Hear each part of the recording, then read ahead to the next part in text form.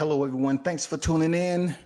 Once again, you're listening to World Combat Sports.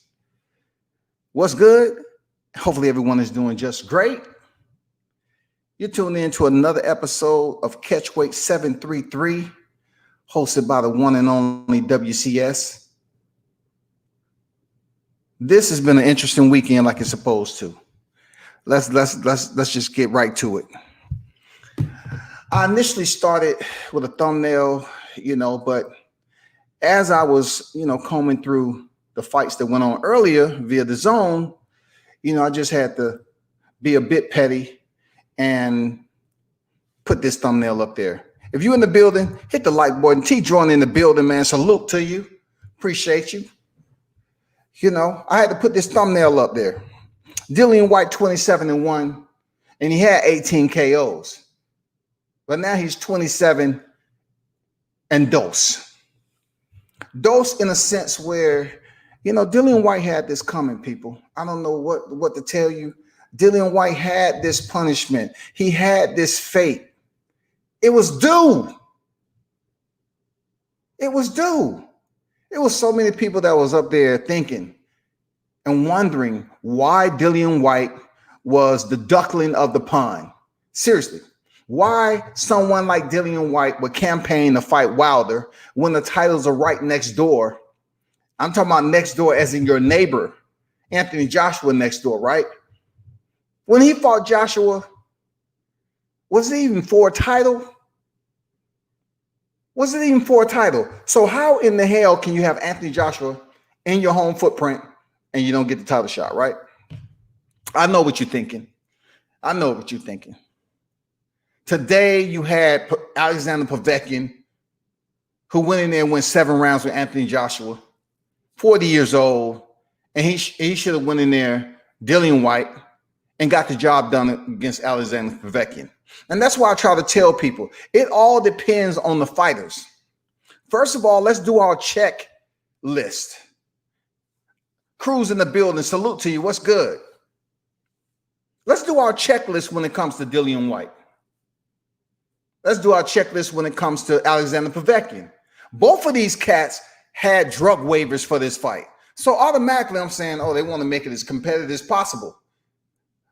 Having a drug waiver benefits who? It may benefit both of them, or it benefits the older fighter. But I was trying to tell some people that Alexander Povetkin's record was much more credible than Dillian Whyte's popularity. That's true words. Dillian Whyte may not have been as Dillian Whyte may have been as popular as Alexander Povetkin, but Povetkin had the bigger record. His only 2 losses was Vladimir Klitschko and Anthony Joshua. And we all know Dillian Whyte, prior to his knockout today, his only loss was to Anthony Joshua in the 7th. Both of these guys, Dillian Whyte and Alexander Povetkin, both were stopped in the 7th round by Anthony Joshua. But guess what? The judges had Alexander Povetkin winning the 1st round. And then the rest, Dillian Whyte came on until he was stopped in the 5th. Who did it better? Right now, Alexander Povetkin can say he did it better than Joshua. But we know damn well that Alexander Povetkin is not going to step in the ring with Joshua anytime soon. And when this fight was made, I said, it doesn't matter who wins. They're not going to beat Tyson Fury. They're not going to beat Deontay Wilder.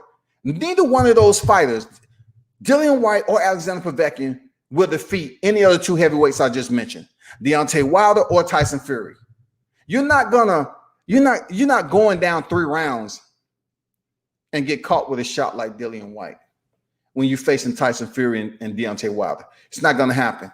Now, you might with Anthony Joshua, because we all know Anthony Joshua's chin is full of wet confetti. You know what I'm saying? Styrofoam, soft cardboard. You know what I'm saying? Like the little party favors that you used to blow. Yeah. Hot candle wax. That's what Anthony Joshua's chin is packed with. But when you look at Dillian Whyte, who actually made the declaration to say, with Deontay Wilder, I'll just give it all I can. If I get chin, so be it. So he really didn't give a fuck about getting knocked out. He just wanted to prove to the people that he can go in there and put up a good contest. Listen, Dillian Whyte, it takes more than just going in there and giving the fans the first half of the fight in such a fight of this magnitude, because this is a fight you've been won for a long time. You've been won this fight for a long time to become legitimate WBC contender. I'm talking about holding your ground. You couldn't even hold your ground as the IBF. I mean, as the WBC. You couldn't even hold your ground long enough to face Tyson Fury. You couldn't do it. Now, you want to talk to Eddie Hearns after the fight?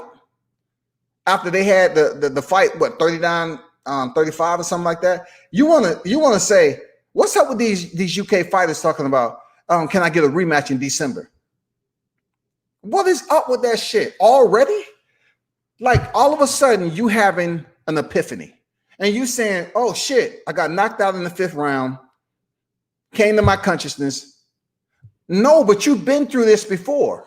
You've been to the canvas before. You should have learned. You should have learned something, because Alexander Povetkin, he made a change there, Dillian Whyte. He's seen that you was throwing your punches. Even though you was able to drop them twice, he's seen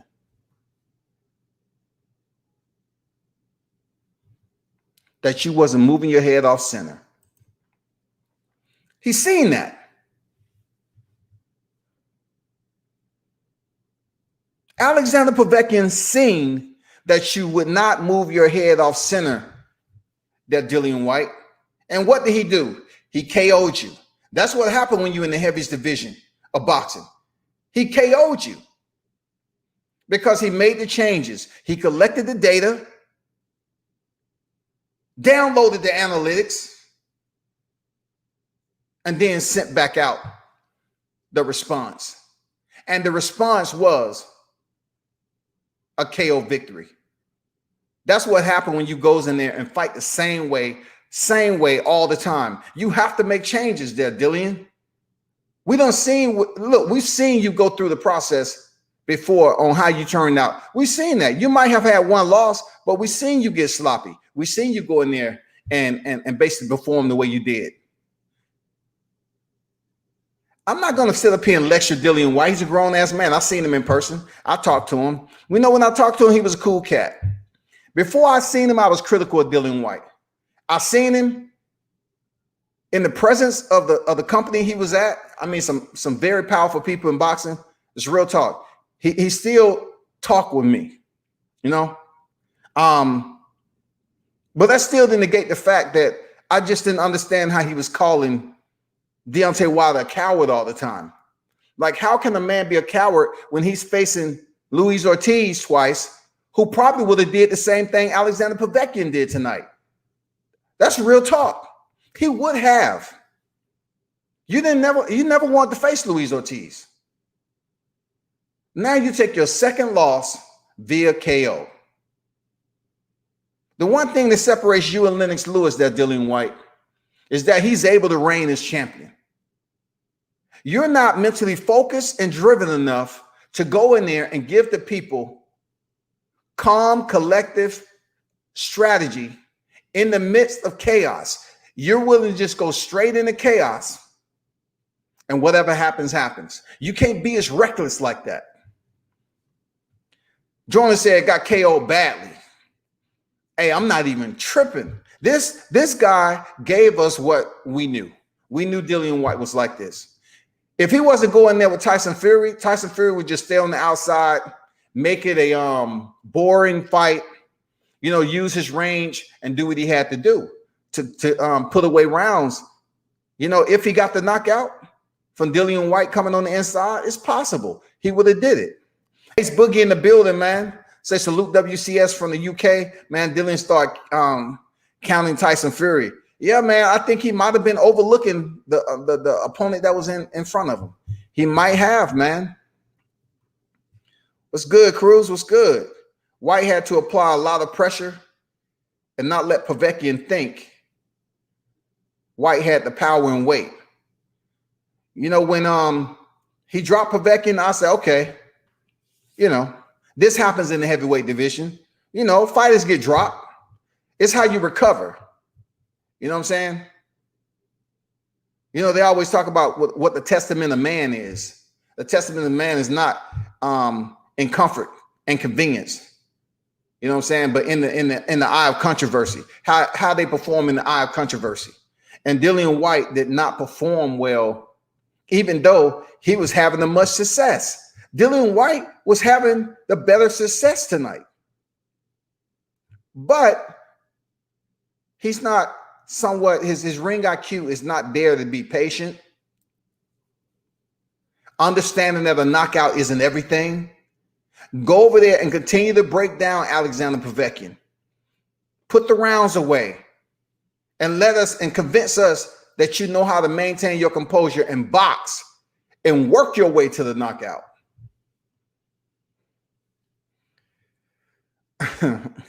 White confetti.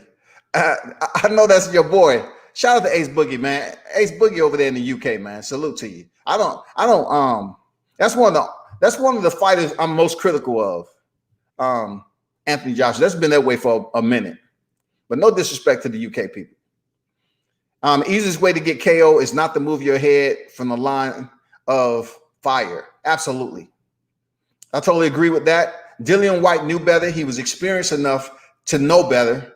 But he's one of those guys that just want to stand right there center in the line of fire, like you said, and get touched. Seriously. That's him. Let me see who this is right here. Who's that? No, that can't be.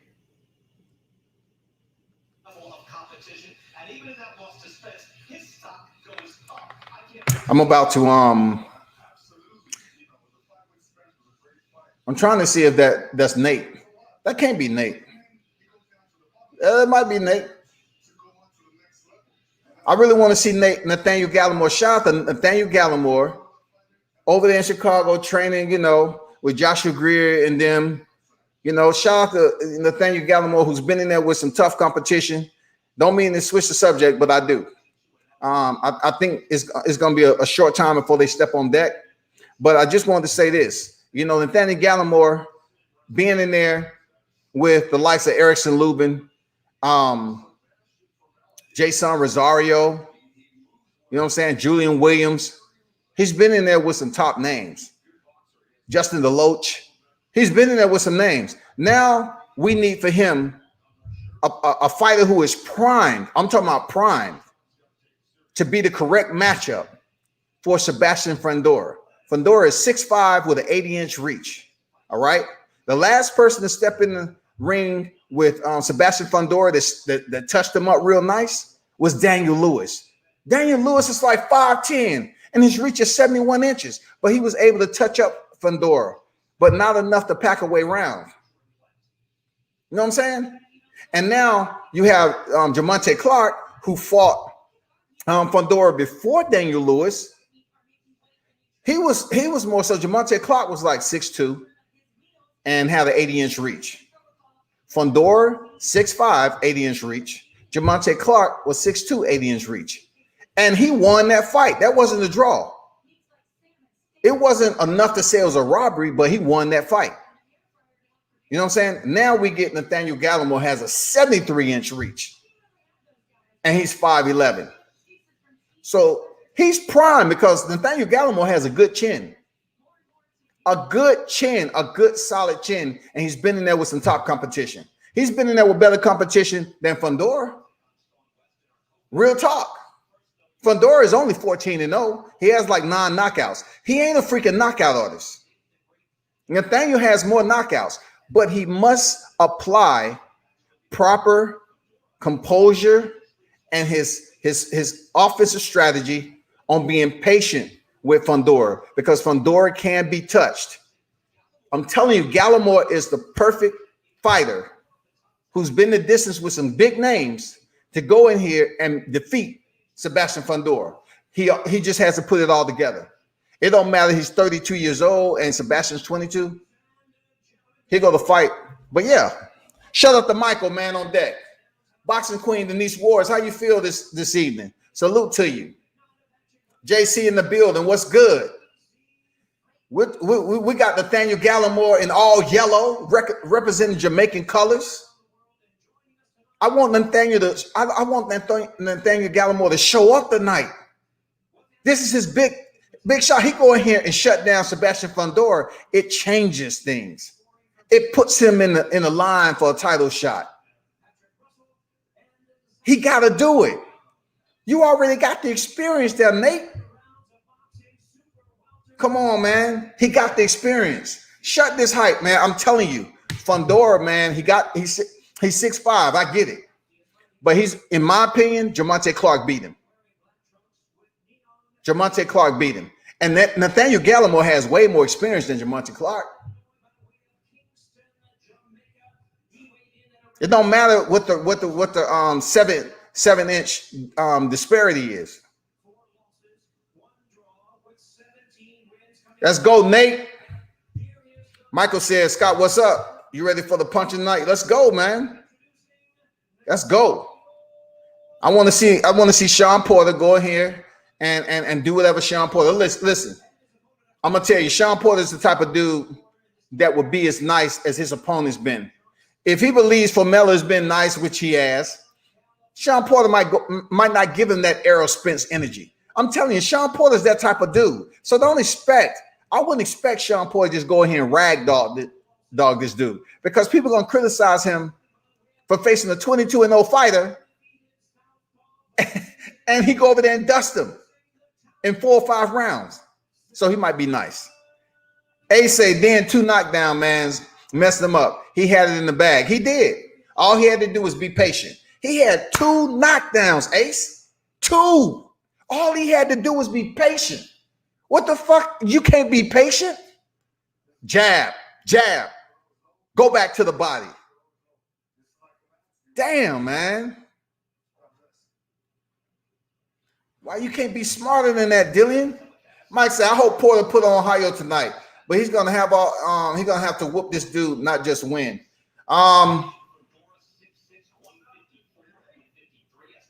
We'll see. God dang, Sebastian Fundora, man, that dude. He looks like a boxing Gumby. He's long though. He's long, man. And Sebastian Fundora is a southpaw too. Nate is on the inside early. I like that. Nate is hooking that right arm of Fundora, and he's punching with his right arm. He's hooking Fundora's right. He's keeping it dirty on the inside early. Yeah. There you go, Nate. Nice over the top with that left. Oh, nice short, quick right hook on the inside. There you go. Don't give him no cushion, Nate. Don't give him no cushion. Fundora with a nice uppercut. One thing about Fundora, y'all, he doesn't like being backed up. He doesn't like it. Fundora will try his best to be the forward aggressor the entire fight if he has to. But Nate seems like they did their homework. They watched film, and he's making it dirty right out the gate. There you go, Nate. Straight right. Fundora, hey, Sebastian Fundora is tough, though. Seriously.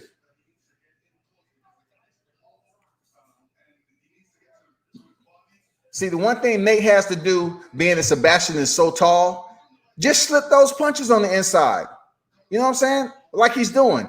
See, he's at range right now. That's easy for Fundora. He's just going to keep on popping the jab. Nate has to go back to the inside. Oh, he tried to come in with that overhand right, but he didn't set it up. Nate didn't set it up. But it may have been what he wanted. Just to throw the overhand right to distract Fundora, just to get in close.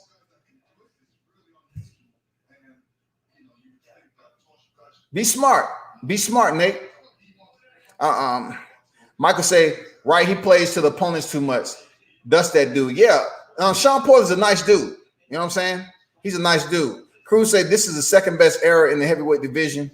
Ali era was number 1. All these guys are so evenly matched. You just don't know what's going to happen. I don't know, man. I'll have to take a look across the board on the big names in the heavyweight division, Cruz. You know, like the Lewises, Holyfields, the Rothmans, the Riddick Bowes. You know, I don't compare Anthony Joshua to any of them. I think Holyfield would have defeated Anthony Joshua any given day. A prime Holyfield, I think he would have gave him the business. This has been a good, solid round for Gallimore. Good, solid round. And I'm gonna tell you, man. I know Fundora is young, but he get hit a lot. A guy with his height with an 80-inch reach. I'm just wondering how his joints are gonna hold up, because he loved the box on the inside. I'm just curious to know how his joints over time is gonna withstand the way he boxes, because he loved boxing on the inside. He has his most success keeping you on the end of his glove at distance, but you get in close and make it dirty. Hey, so they got Sebastian Fundora at 6'6". BoxRec got him at 6'5". I know that for a fact. Tony Harrison 6'1", Charlo 5'11", which really don't matter because Daniel Lewis was 5'10", and he still touched up Fundora. So long as you in the range and you have the right boxing mindset, you can get in close and land some shots on Fundora.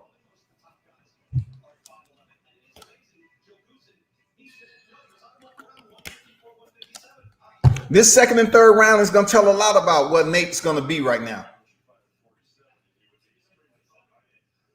So far, so good. Fundora's, you know, his limbs are so long. He's every bit. His reach is 80 inches, every bit. But that's why I'm curious how his elbow joint and wrists are going to hold up over time, being such a tall fighter.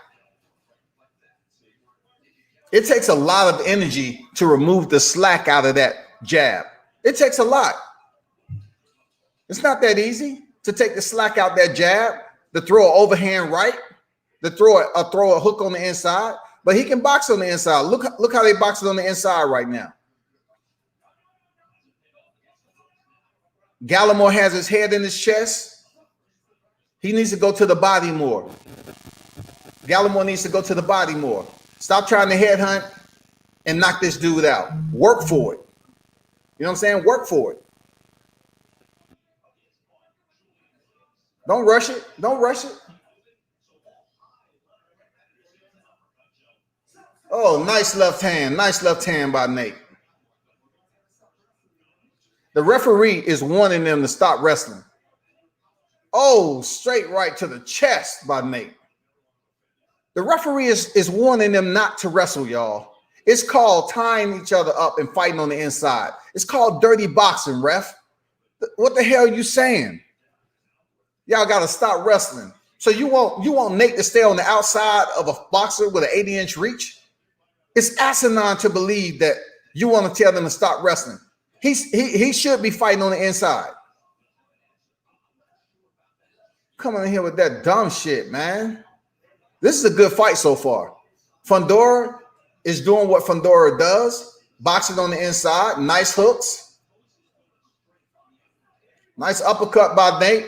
Just go to the body, man. His body is there. His belt line is right in front of you. Nice right hook by Fundora. Sneaky right hook by Nate.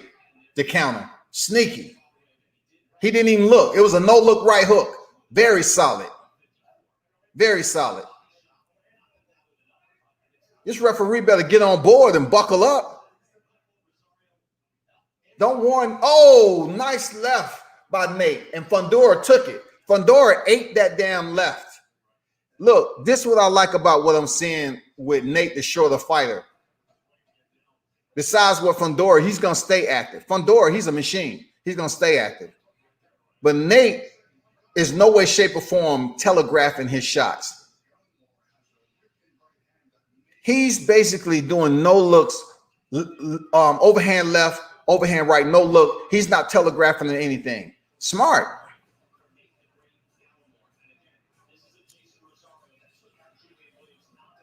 He said, hell no, 60s, 70s, late 80s, 90s, all in to this division.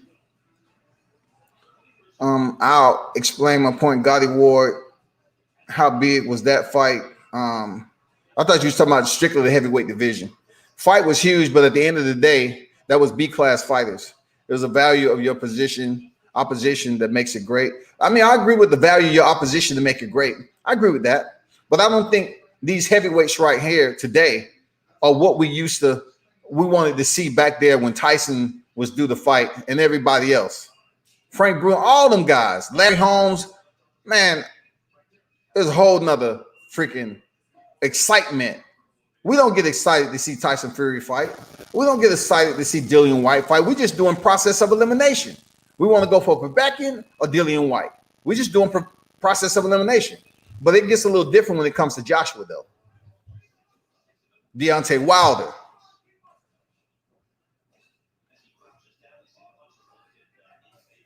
The Four Kings was because they was all in the same era right now from 1 through 10 in the heavyweight. Anybody can give and take that work. That's true. Age Joshua Fury, Wilder above the rest for the 10. Anybody's game. We're in the third round, and Fundora is very active this round. Very active. He's deceptively strong on the inside, Fundora. Seriously, to be so tall and lanky, he's deceptively strong, man. This dude, oh, he hit Nate with a nice shot to the sternum that kind of wobbled Nate.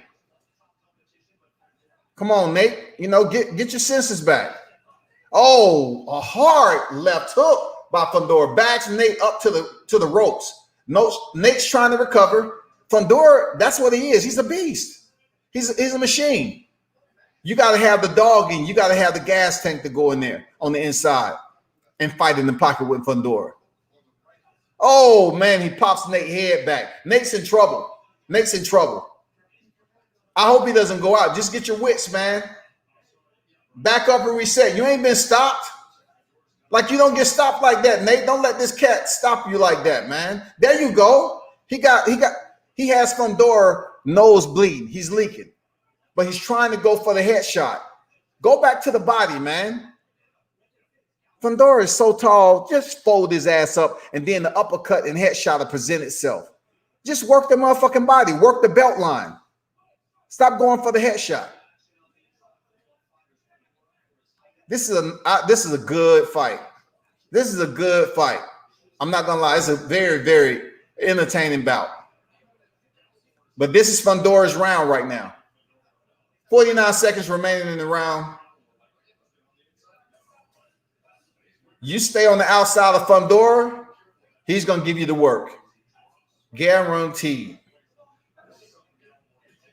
Stop pop shot in the head, Nate. Just go to the body, bro.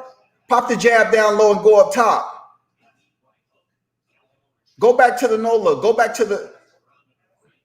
the 3 earlier. Just set it with a jab. Shoot the 3. Overhand right. Fundora is just more busy than Nate right now. Oh, nice no look left hook again. I like that. Nate stepped back and popped the left hook, landed. He's landing shots, but Fundora is fucking tough, y'all. That was Fundora's round. Guaranteed. But he's leaking. His nose is bleeding, all that. He landed some solid shots on Nate in that round. But good fight.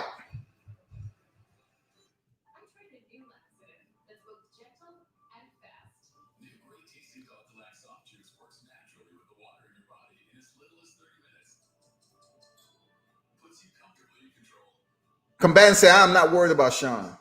I know he'll win, but I'm not surprised about Alexander Povetkin. He is in top level. Absolutely. Alexander Povetkin was 27-1. I mean, not 27-1. I think he was 30. Let me look him up. He was like 35-2, I believe. Alexander Povetkin, 35-2, 24 knockouts or something like that.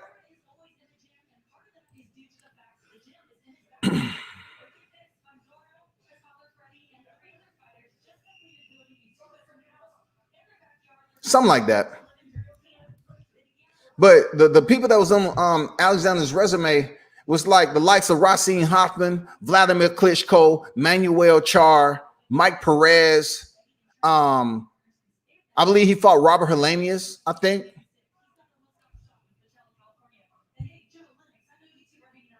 You know, of course, Anthony Joshua. We're in the fourth round. Fundora starts off very strong on the inside. What he's committing to right now is uppercuts. Nate has to get off line, man. He has to pivot out. Just pivot away from it, man. You're standing right there center, and all Fundora is doing is landing uppercuts. Nate is not going to win this fight standing right there center mass, taking those uppercuts. It's not going to work. It's almost like he's lost his way right now since the third round. He kind of lost his focus because right now he's standing in the pocket, directly center mass, so Fundora can land freaking shots on target. Easy freaking work if he's going to do that. Fundora is going to have easy work. Easy work. Easy. And look, Fundora's arm is damn near the length of some of these regular arms. You know what I'm saying? So he used that post. He frames his opponent up, Nate, with his dang left forearm or right forearm, and he shoots the uppercut. Nate is getting it this round. He's giving him some work this round. And this is the fourth round, man, with 1:20 remaining.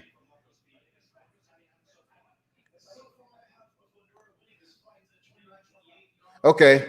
Unofficial scorecards have it 29-28. I'm not sure what Gallimore has going on right now. I'm not sure. I can't see if he's taking this round off. You know, just trying to allow Fundora to get off a little bit, exert some of his energy, but he's taking some punishment. You know, the one thing about Nate, he has a good chin. No way should Fundora stop Nate. Nate's too tough to be. He's taking some punishment right now. And you know, Fundora is landing. Oh man, that uppercut popped Nate's head. Oh, another left uppercut. He's giving it to him on the uppercut. He's gonna have to do something else. He's gonna get stopped. If the referee is not gonna stop it, he's gonna get stopped if Fundora keep this up. He's very punctual with the left hand appointment up the middle with that uppercut. Very punctual. He doesn't even have to try. Sebastian's just shooting off that damn right or left uppercut, but primarily that left uppercut.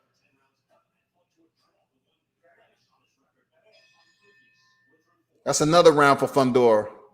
Let me see how Nate looks okay. He looks okay, but man, it's the fifth round, and he's taking that much punishment. That ain't cool. JC say facts. Sanchez, who do you think will win, Bud Crawford versus Canelo? I mean, that's not even, I know that's a fantasy match, and I know you're just talking boxing right now. It's not even relevant to even talk about a match like that. It's not even relevant. And that's with all respect, Sanchez. Like that's not even something that the way Canelo is acting right now, like a prima donna, I don't even want to talk about it. When you sit up there and try to request Abney Yildirim, a former sparring partner, when you try to request the zone to approve that shit for the vacated or the stripped title of David Benavidez, and you want to just step in there and try to go for a WBC title, and you're supposed to be the #1 pound for pound king. Now you're grabbing sparring partners. We already seen you step in there against Julio Cesar Chavez before you was supposed to step in there with Gennady Golovkin. We already seen him be a punching bag for 12 rounds. It's not even something to talk about because it's never going to happen. There's no way I'm going to link up conversation right now about Crawford, who can't find an opponent. Canelo is nowhere close to even dropping below 160. You know what I'm saying? But, you know, all respect. I understand what the question is, but not right now. We got a damn good fight. That's reality. Nate Gallimore needs to make a change, man. Fundora comes out, pushing him back in the corner. Still an effective boxer on the inside is Fundora. Now, what's bad about Nate? Nate's head is down, and Fundora is stepping on the outside of Nate's left foot. He's a southpaw. He has position on Nate. And what he's doing, he's stepping on the outside, pivoting on his lead, and he's popping the right uppercut. He's getting all the leverage that he needs. Look at him. He's getting all the leverage that he needs on Nate. He's keeping his foot on the outside of Nate's since he's a southpaw. He's pushing Nate back. He's the more solid aggressor. When I say solid aggressor, he's landing more effective punches. Easy. He's seeing everything that he sends down there. Another uppercut. Now, the plus is this is a 10-round fight. Nate can possibly do something if he stays in the fight, but now he's taking tremendous amount of punishment. Don't come in here and let a Daniel Lewis, who's 6-0, go the distance with freaking Fundora, even though it was a shorter fight, a shorter round fight. But still, he went the distance. Jamonte Clark went the distance. See, now the commentator's saying this fight may not last. And that's bad, too. Because Nate just don't go in here and get stopped like this, man. Man, those uppercuts are blistering, man. Blistering pace with the uppercuts from Fundora.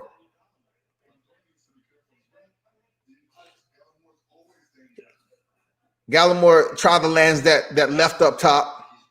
He's still headhunting when he should go to the body. The body is right there, man. Shoot the left and right, and then shoot the left up top. Look, Nate is just starting off with the left. Come on, Nate. Go right, left, right up top.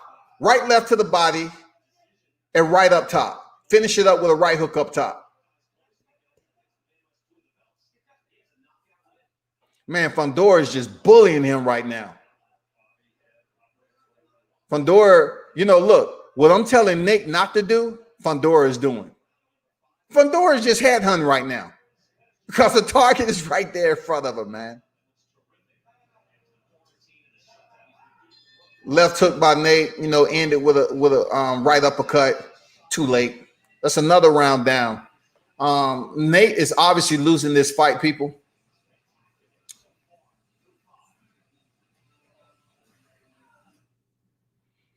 Oh, Cruz said, how the fuck Canelo gonna fight Bud? Stop. I agree, Sanchez. Like, Sanchez, come on now.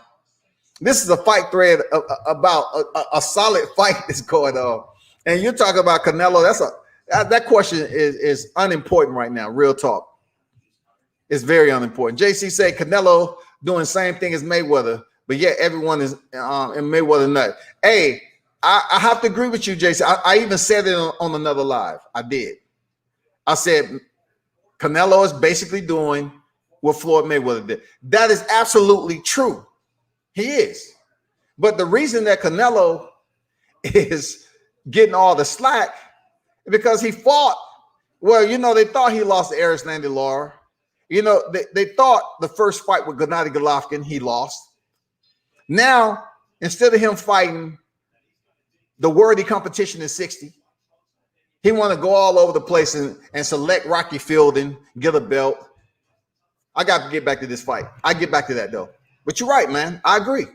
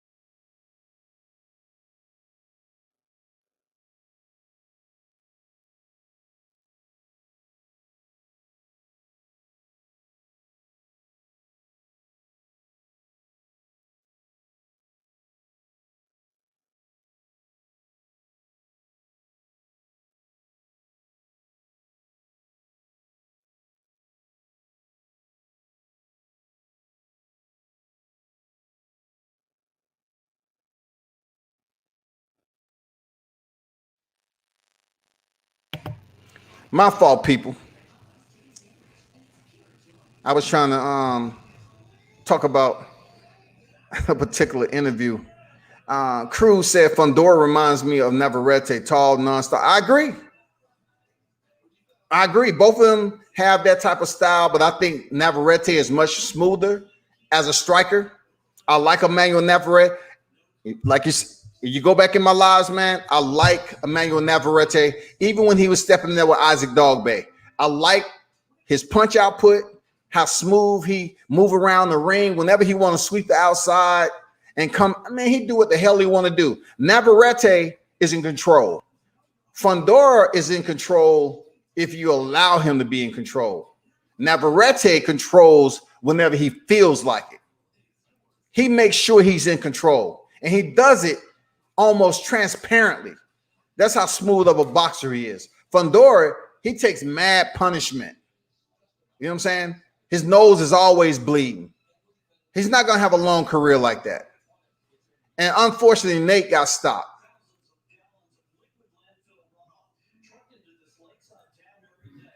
I don't appreciate Nate getting stopped because he's a better fighter than that. Bud Crawford would beat him. Bud is about that life. I'm pretty sure. I never once said Bud is about. It wasn't about any life, man. But come on, now. It's a lot of people about that life. It's all about your fight plan, your fight strategy. Everybody at a certain point in boxing is about that life until you get hit in the mouth a couple of times and you got to change up, what you do.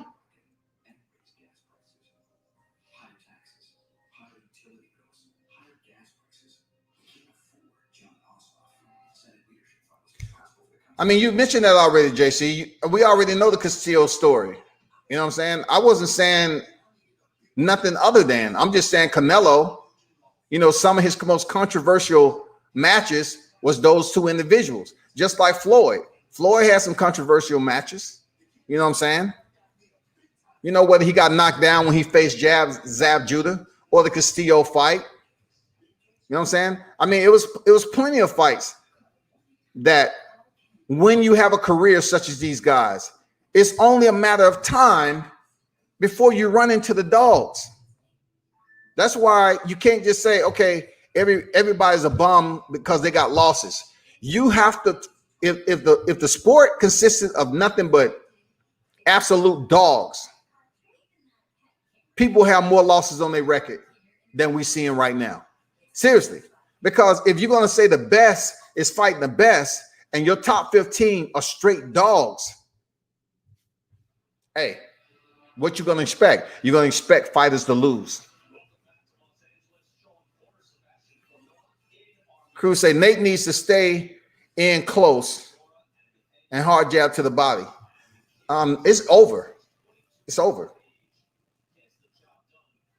I just can't believe he stopped Nate like that. Nate doesn't even go get stopped. But, remind me of the fight with Donnie Marshall that came in here with Fundora. I mean, that just goes to show you the levels of boxing, the mindset of fighters when they go in there. But mark my word, whoever gets in there and fight Fundora, his first loss is going to be via decision. Via decision. And they just said that's the first time Nate has been stopped, like I said earlier. The first time he's been stopped. So I ask you this question. Seeing Fundora fight,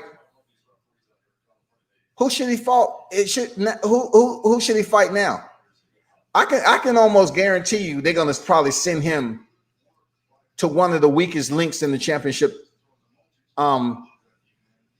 position. I don't think they're going to send him to Charlo. That'll be a good fight, though. Believe it or not, y'all. Male Charlo fighting Fundora, I would like to see that. I know for a fact Charlo has more power than Fundora, but it all depends on how he goes in there and fight. Because Charlo like going headhunt early. If they're incapable or unable at the time to knock Fundora out early, I'm just curious to see how Charlo will, how his mindset will get frustrated. You know what I'm saying? Because Fundora is not going to stop. That's an impressive win. I ain't gonna lie. Fundora stopped him in minute 28, 6th round. Hey, that's real talk. You know what I'm saying? Or it looked like the foot is hurt of Nate. He has to go out and sit on the stretcher. I'm not sure what that's about.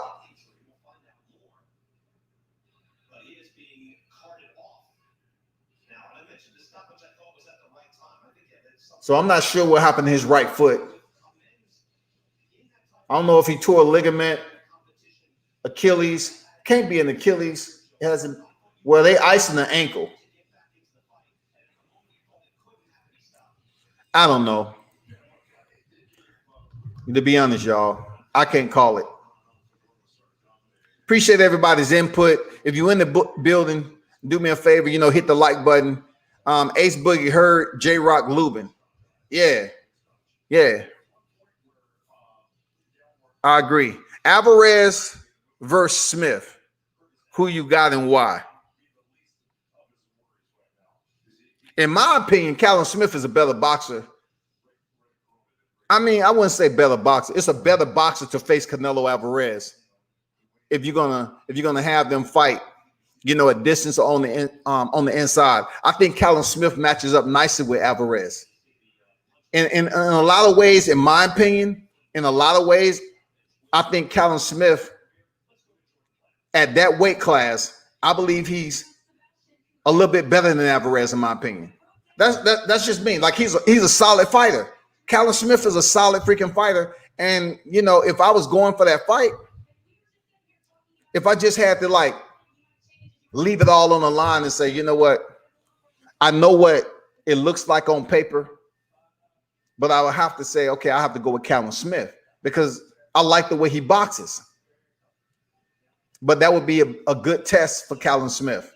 It'd be a good test for Canelo Alvarez. I'm not going to hate on Canelo Alvarez because he's being a prima donna. You know what I'm saying? But I'm just saying he has holes too.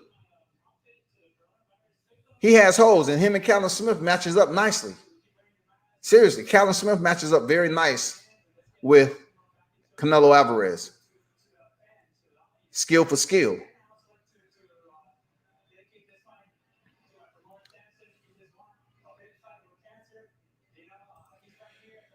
The only thing I would say, like I mentioned, Cruz, I believe Charlo has more power, of course. That's a check in the box. And in my opinion, he's a better boxer. But we all know that them Charlo brothers love to go for the head. They love to go for the head, man. So if by chance he cannot hurt Fundora, who loves having punches for hors d'oeuvres early in the fight. He loves taking punches. That's why he's not going to have a long career. Watch what I tell you. Fundora loves taking punches early. But when he ups his competition and he runs into someone like Charlo that has power, I'm curious to see how that chin is going to hold up then. Are we going to see it fragment all over the canvas when he hits it? Or he's going to be able to eat it and keep on fighting on the inside? Because I'm going to tell you like this, Charlo is going to the body. Nate never had the confidence to abandon the head game and go to the body and then seal it up with a headshot, a hook up top or overhand right, whatever. He didn't want to just go, 2 to the body and then 1 up top. He was just all about head hunting. It worked in the first round. Fundora made changes, and the rest is history.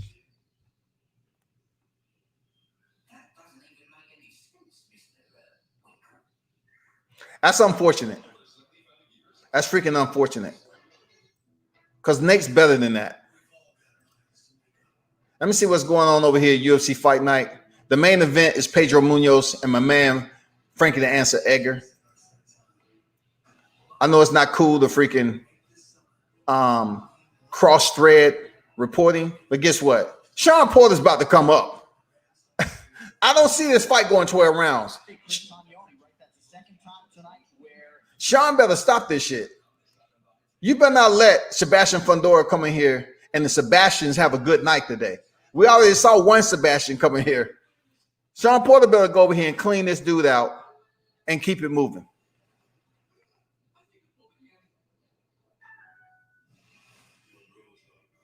Well, you gotta put that up there, because sometimes people are just talking about fights that may potentially happen. Because Alvarez was supposed to have a fight coming up that's in the works with Callum Smith.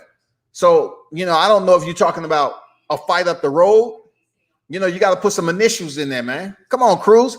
Man, I can't. I'm up here reading comments and responding. I don't know. If you just say Smith Alvarez, I'm thinking Canelo, because look, that Joe Smith fight and Alida Alvarez.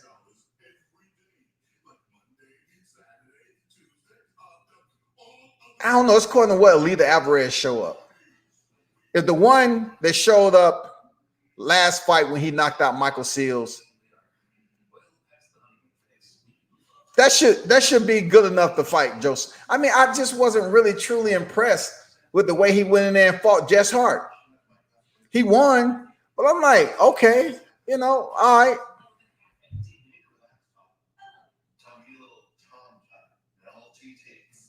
Let me see where that fight card is at right now.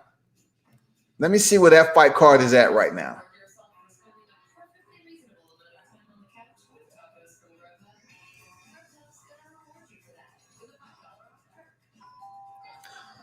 Ace said even Harrison would be a good match.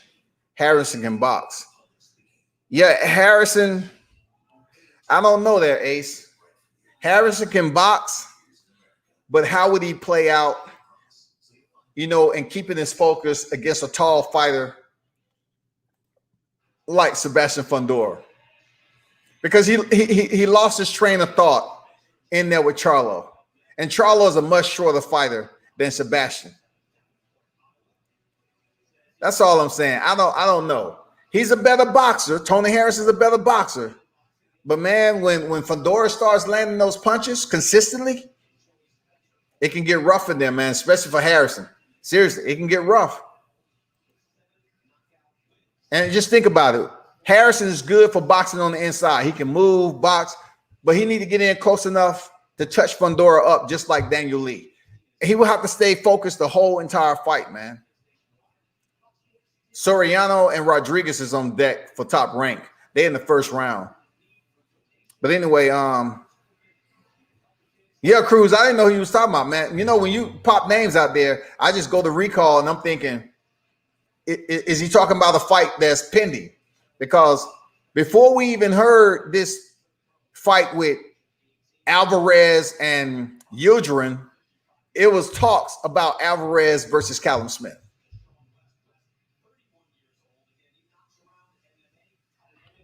Hold on for a second, people.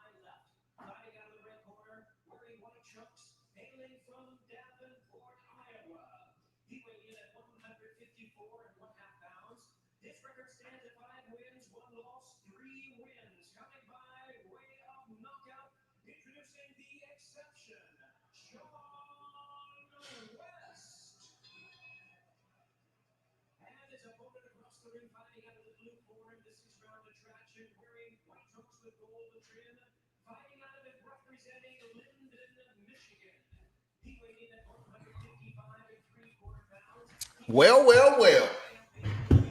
Joey Spencer's back on deck. I didn't like how he looked last time out. It's a lot riding on this cat. It's not like he ain't game, but last time out, he was taking a lot of punishment. It's called defense there, Joey. These young cats can't come out here without defense, y'all. It's not like they training ain't teaching them defense. But he need to make sure he apply that when he's in the fight.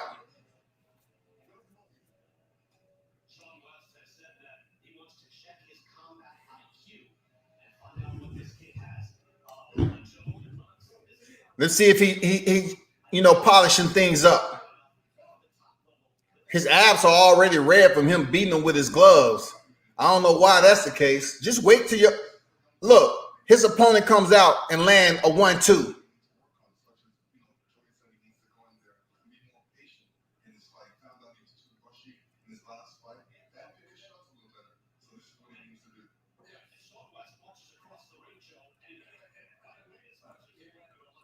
They say I don't think he'll be as emotionally invested as he was with the Charlo. Don't think he'll be showboating and whatnot.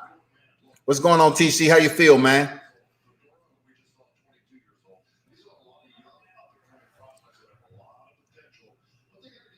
Everybody's in the chat, man. Make sure you hit the like button for me. Share the vid, whatever you got to do.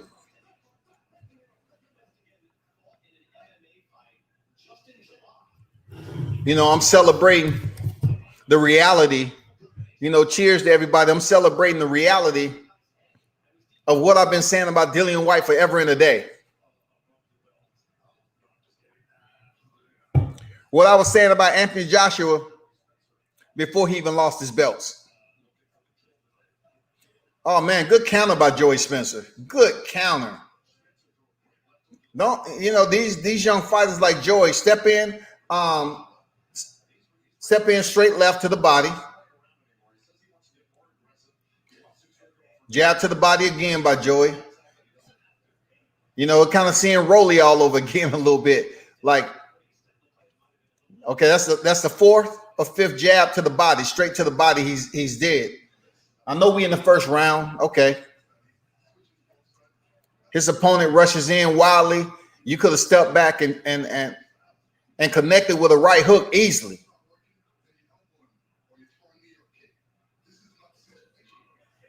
His opponent gonna get knocked out stepping in like that. He's basically loading up with his left hand by his belt line, and he's trying to land that on Joey Spencer. It's not gonna work. He's gonna counter him easy.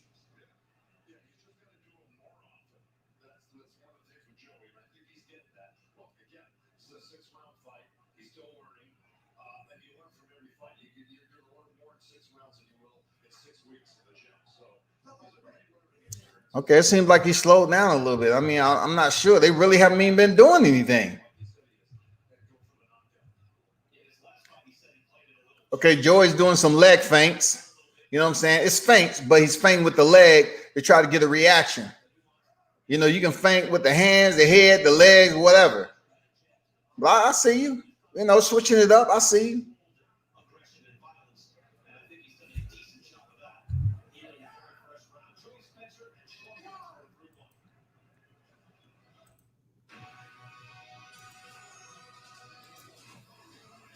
Hey, TC, I would drop the link to you to talk about this, what we was talking about earlier, but I want to get out this fight first. I just wanted to chat it up with you and get your thoughts on what you was talking about on the live stream earlier. It ain't in no debate. I just wanted to have a boxing dialogue, to kind of, run back and forth some talking points. You know what I'm saying? But to speak on what you just said, Ace, I agree with Tony Harrison not being emotionally invested. But guess what? He was doing really good against Charlo. And then he started looking off to the crowd. So when you say emotionally invested, I'm like, dude was doing well. He was in the fight. He was doing outstanding. Excuse me. And I was like, how all of a sudden you start looking out into the crowd and playing around, and you got a motherfucking lion in front of you. His expression haven't changed since round one, and he's on your ass. But yet you start showboating and playing around to the crowd. That ain't cool, man. Come on. I totally get what you said, man. I get where you coming from with that. I get where you're coming from with that.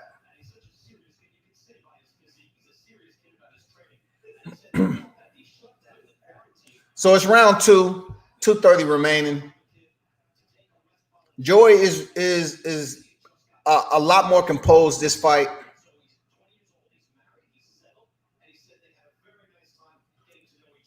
You know, he's 24 years old. They just mentioned he was married. I mean, you can get married at that young age. You know, if you know you got she's the one, cool. You know, it's tough.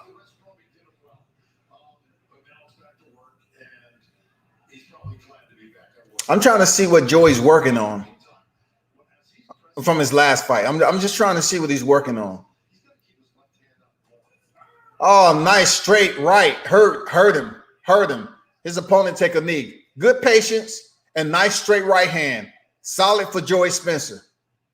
He basically rolled him to sleep. He just drug him on in and he sent the straight right down the middle, lined him up nice. Let me see how he acts now. Let me see how he acts. He has to knock down. He goes back up top with a 1-2.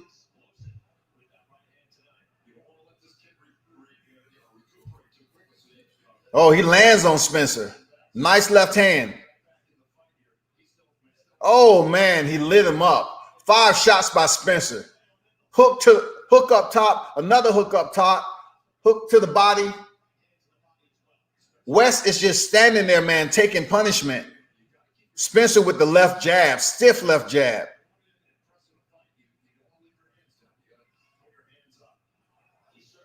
Joey needs to get that left hand up before he you know, as he increases competition, he's gonna get knocked out, man. Don't be trying to do that Floyd Mayweather shit unless you Floyd. Oh man, he turned West around with that. Left to the body.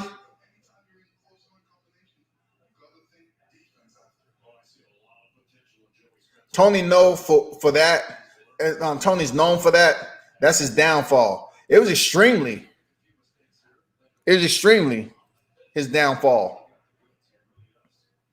He said he did the same shit against her.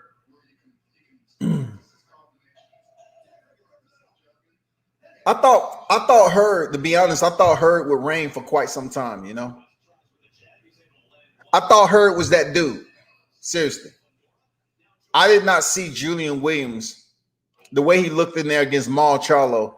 I just didn't see him going in there having a moment, a very bright moment, the way he performed in there against Jay Hurd. I didn't see it coming. But when I saw his eyes open, Julian Williams, J-Rock rather, his eyes was open. I mean, he was just sharp, attentive. He seen everything Jared Hurd was throwing, every freaking thing. And that was his best performance of his career, hands down. That shit that went down with Jason Rosario, I don't know who that was. I like what I seen with Joey Spencer once he got him hurt. He landed the left hand, and then he went up top and then straight back down to the body. I like what I seen, man. Dug to the body.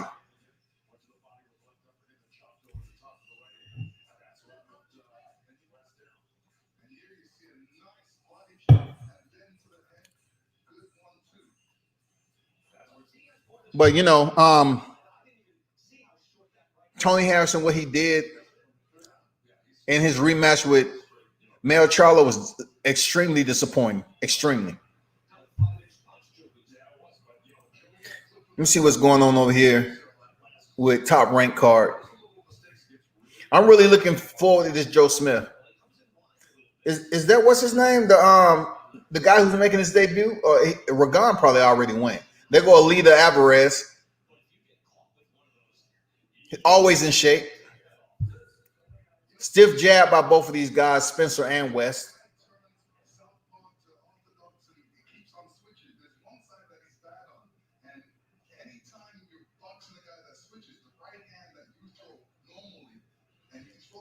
Spencer's winning this fight easily. He just needs to make sure. Okay, yeah, this is Duke. I want to call him Reagan. Let me see something. Alvarez taking on Duke Reagan. Yeah, Reagan. Making his pro debut. Duke Reagan is making his pro debut, man, and it's a lot behind this cat coming from the amateurs into it. Shout out to Lolo Harris, man. He's 1-0 right now. He just won his first fight. Shout out to them cat, man. His father, Charles Harris, I believe. They got that, the 1-0 victory. If you don't follow Lolo Harrison, follow him on IG, man. His handle is Lolo Harris. Lolo Harris. Follow him, man. He's a sharp fight on the rise. I'm telling you. He just had some sparring with Tank Davis before he went over there to Mexico, and he gave him the work. From what's been said, his dad ain't never faltered from that story. They say they went over there looking for work with Devin Haney. Excuse me. But they end up getting work with Gervonta Davis, and it was good. It was good, solid work.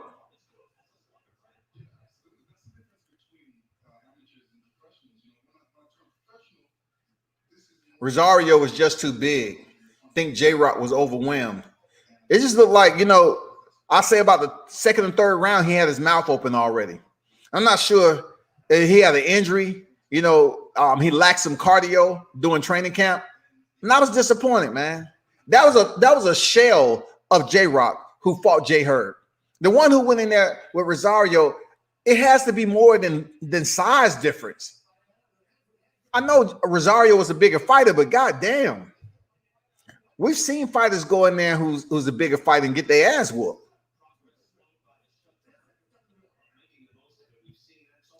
Agreed. Once he started connecting, it was just a matter of time. Yeah, man.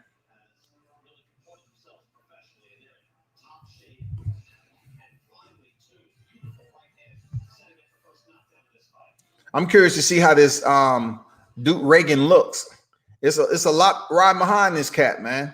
Seriously, it's a lot riding behind this guy.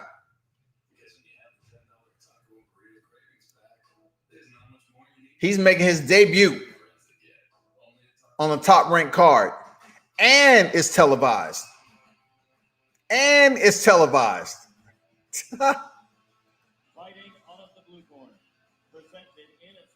This dude is 0-0.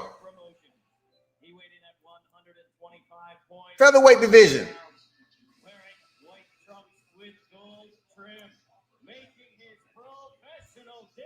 0-0. You know what Duke Reagan reminds me of a younger Lamont Peterson. Real talk. He reminds me of a younger Lamont Peterson. He does, man. His opponent is 1-1 with 1 KO.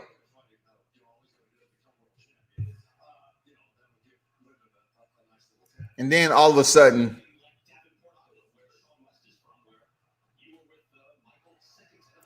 the stream go out.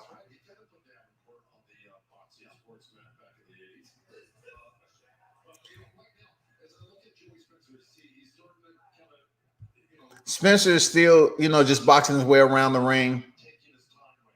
He's being very patient. I was just about to say that before. He's being very patient, picking his shots. It seems like he's trying to get some rounds in, to be honest.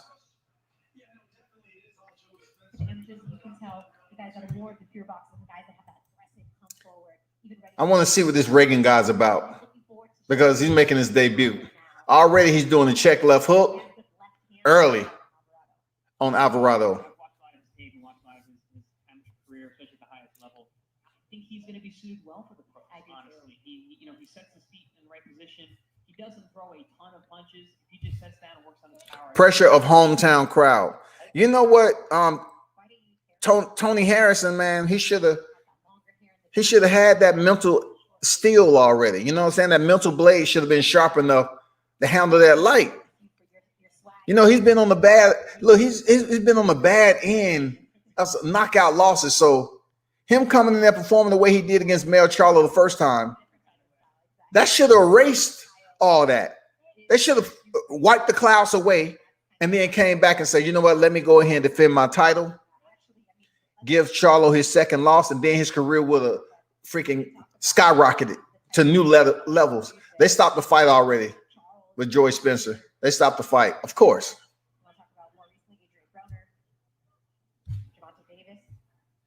Tremendous hothead boxing talent. Oh, nice one, too. He drops Alvarado already. Oh, Alvarado's hurt. It's over. What the referee counting for? Dude is fucking hurt. Oh, he's talking to the outside, man. He's 1-0. Reagan gets his first win. Salute to the young warrior. You know, he picks up his first win in the first round. You know, that looks good, of course. Plus, it was televised. So, you know, salute to the young warrior on deck. He looks solid.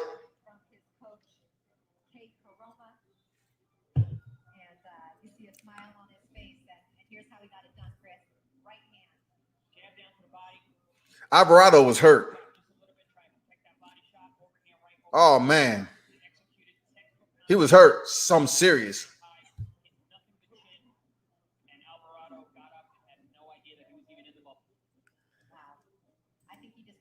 So I'm going to back up out of this right quick, y'all. That fight's over. Let me check on the other sport.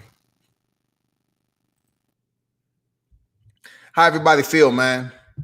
You know, how do y'all feel about, you know, the call out?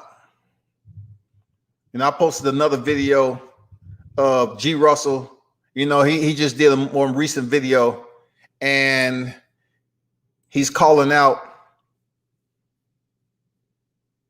Crawford, of course, Vasily Lomachenko, Devin Haney, Gervonta Davis. He's calling out all those guys. But the one that's making the waves, though, is, you know, him calling out Terrence Crawford. And he's legitimate. He's understandably, you know, has history, but he's serious about that fight.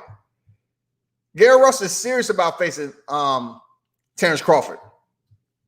And people shouldn't just knock it down like it's something that's impossible. Because when Mikey Garcia was moving up 2 divisions, people was like, man, he's moving up 2 divisions to face who again? Errol Spence. He's going to get murdered. And he ended up going the distance with him.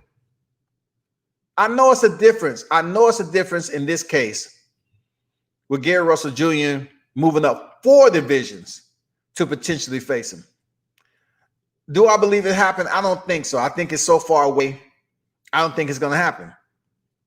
But what is evident is he has opponents in between featherweight and welterweight. In between 30, 35, 40. He has opponents that he can face that's legitimate. There's big names that he can step in there with. Vasily Lomachenko has a fight coming up with Teofimo Lopez. That's off the table. I don't know what happened with the Devin Haney fight or whatever. That's off the table because they're still trying to find him an opponent. Gervonta has a fight with Leo Santa Cruz at 130. So it's really all the names he's mentioning. It's really nobody out there right now that don't have a fight lined up except Terrence Crawford. And I mean, I haven't heard anything about Terrence Crawford coming close to entertaining Gary Russell's call out. He hasn't even came close, y'all.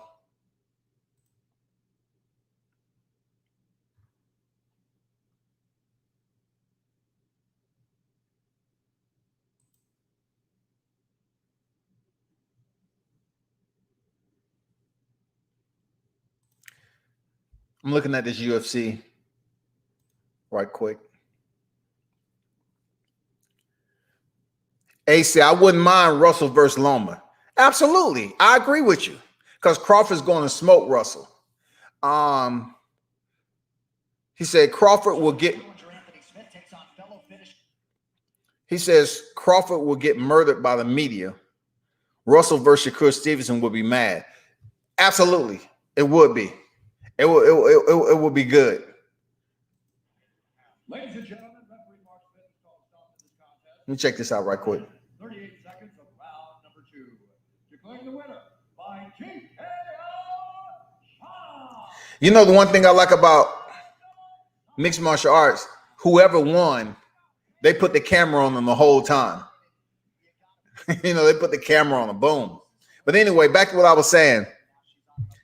Crawford, in my opinion, won't get criticized as much as people think by facing Gary Russell, because Gary Russell hasn't lost since Vasily Lomachenko. You know what I'm saying? He hasn't lost. He's still a top name in boxing, whether people like it or not. Gary Russell Jr. is still one of the most technically savvy, sound technicians in the sport of boxing. Yeah, he's at 126, but guess what? You never know what can happen unless you challenge yourself. And if Russell feels that he can go up 4 divisions and call out the WBO champion, and he goes in there and put on a damn good account of himself, the rest is over. You know, people are going to be saying to themselves, damn, we didn't see this shit coming.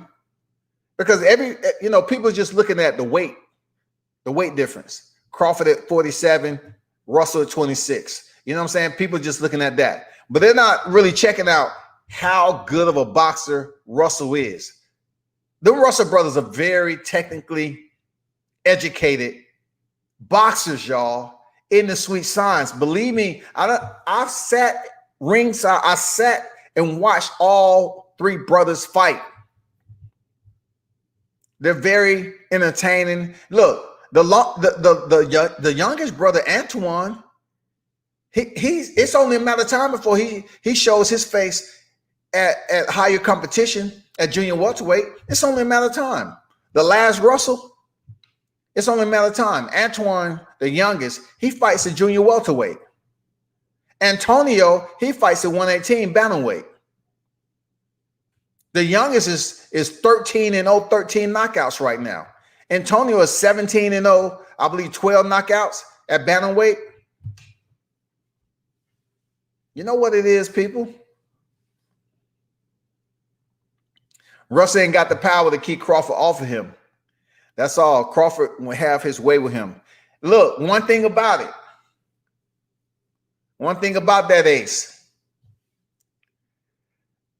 I don't think Russell need the power to keep Crawford off of him, because Crawford's proven that, the right punch, he can be touched.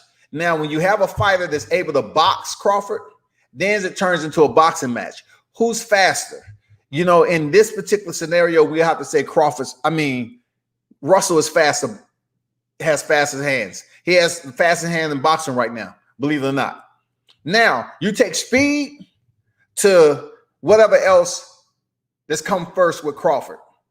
So, because Crawford switched stance, he can fight orthodox or southpaw, and also, obviously, him fighting at that weight, he should have more power than Russell. Then it comes down to defense. Defense. Because if Crawford goes in there and try to knock out Gary Russell, and he's missing a lot, that's going to play a role in, Russell landing some shots that no one think he would land. You know what I'm saying? He may be able to box, go to the body, work behind the jab, because he has very fast hands. If he started landing combinations on Crawford, he might get frustrated like he did against Mean Machine, Kavalauskas. He might get frustrated and abandon the game plan and try to walk Gary Russell down. We know that's going to happen. If Crawford steps in the square with Gary Russell, he's trying his damnedest to knock him out. Period. He ain't trying to allow this shit to go to a decision. That would be an insult to Crawford. Crawford's like, you know what? This dude hasn't been knocked out, and I'm going to be the first to do it. But check this out, though. Crawford isn't a knockout artist. He has power, but he isn't a knockout artist. So stylistically, in my opinion, Gary Russell has a pretty good style to box Crawford. The dilemma is, like you said, Ace, how aggressive is Crawford going to be? And does Gary have enough to keep Crawford off of him, not to land extremely damaging shots early to hurt Russell? Because look, if he don't get a knockout, if Crawford's landing some heavy shots, When I mean by heavy, I'm talking about accurate shots. If he's landing accurate shots on Russell and they're factoring in the, him moving up from 26 to 47, the referee might step in and stop it. He might say, you know what, I'm gonna try to, stop this because I think Crawford is too much. It might happen. I'm seriously. It might. In that scenario, it may happen. But Russell has all the technique to go in there and box Crawford. Seriously. It seems like people just trying to water down Gary Russell's strength because of the division he's competing in right now.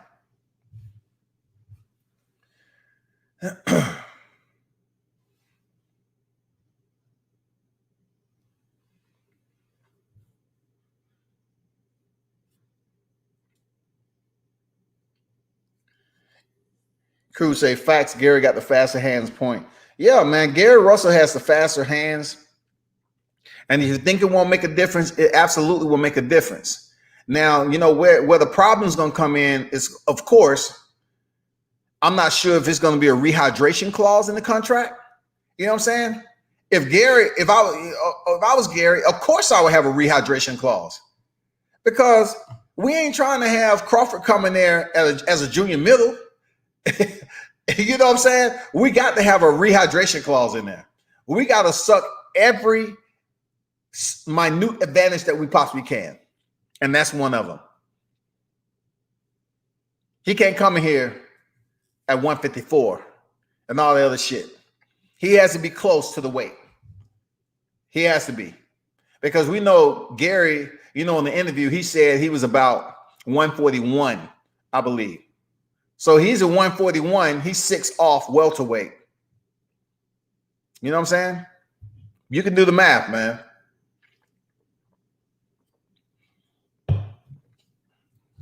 They're talking about Israel Adesanya and Paulo Costa. Going to be a good fight. Hey, well, you're right, because Gamboa was coming up from 26 and Days Crawford. Russell would definitely touch up Crawford. That's what I'm saying, man. Russell would definitely have his moments in the fight. All right. But it's going to come down to when Crawford abandons the game plan, which he will. He will abandon the boxing game plan and try to knock Russell out. I'm just curious to two ways. I'm curious to see how Russell reacts to it. And I'm curious to see if Russell's able to move on the outside and use his footwork and still land solid combinations on Crawford. How will Crawford react? How will Crawford react once Gary was able? Because Gary's not a knockout artist either. But you know well as I do, if someone's getting touched up and they get frustrated, Crawford may get reckless like he did against Mean Machine, and he just say, hey, fuck it. You drop me, fuck it. I'm going to walk you down. I'm going to get the stoppage. But even then, I think Gary Russell is a better boxer, in my opinion, than Mean Machine. That's just my opinion. Even though he gave Crawford some problems and he was able to drop him, Crawford's been in problems before. Crawford's been in problems before, y'all. So if you're talking about frustration, you're talking about fast hands, landing combination, pop shot and then picking his shots, stand behind the active jab for Russell. It may work out as the fight go along, because it's gonna be a 12-round fight. It's gonna be for the WBO chip. People just need to understand this sweet science. It's boxing. Shit like this can happen. You know what I'm saying? Fights like this can happen. People can move up in weight. When Sugar Ray came off, I mention it all the time because I like Sugar Ray. Sean Porter back there. They're back there praying, as they always do. So he's about to go ahead and face Sebastian Formella.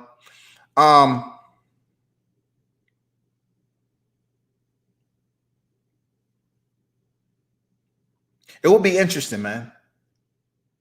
People need to stop diluting. Like, we don't need, like, as I was saying about Sugar Ray Leonard, when he came off that eye situation in 84 and he returned in 87, he convinced Marvin Hagler to fight a totally different style than what he was used to. Why? That's called respect. Hagler respected Leonard.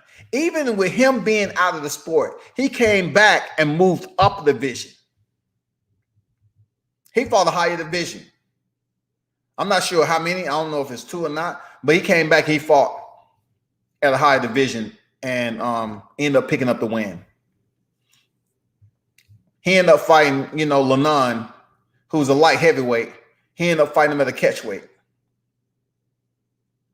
Who would have thought? Roy Jones Jr., sitting up here starting off at freaking junior middle, ending at heavyweight. That's crazy. That's crazy.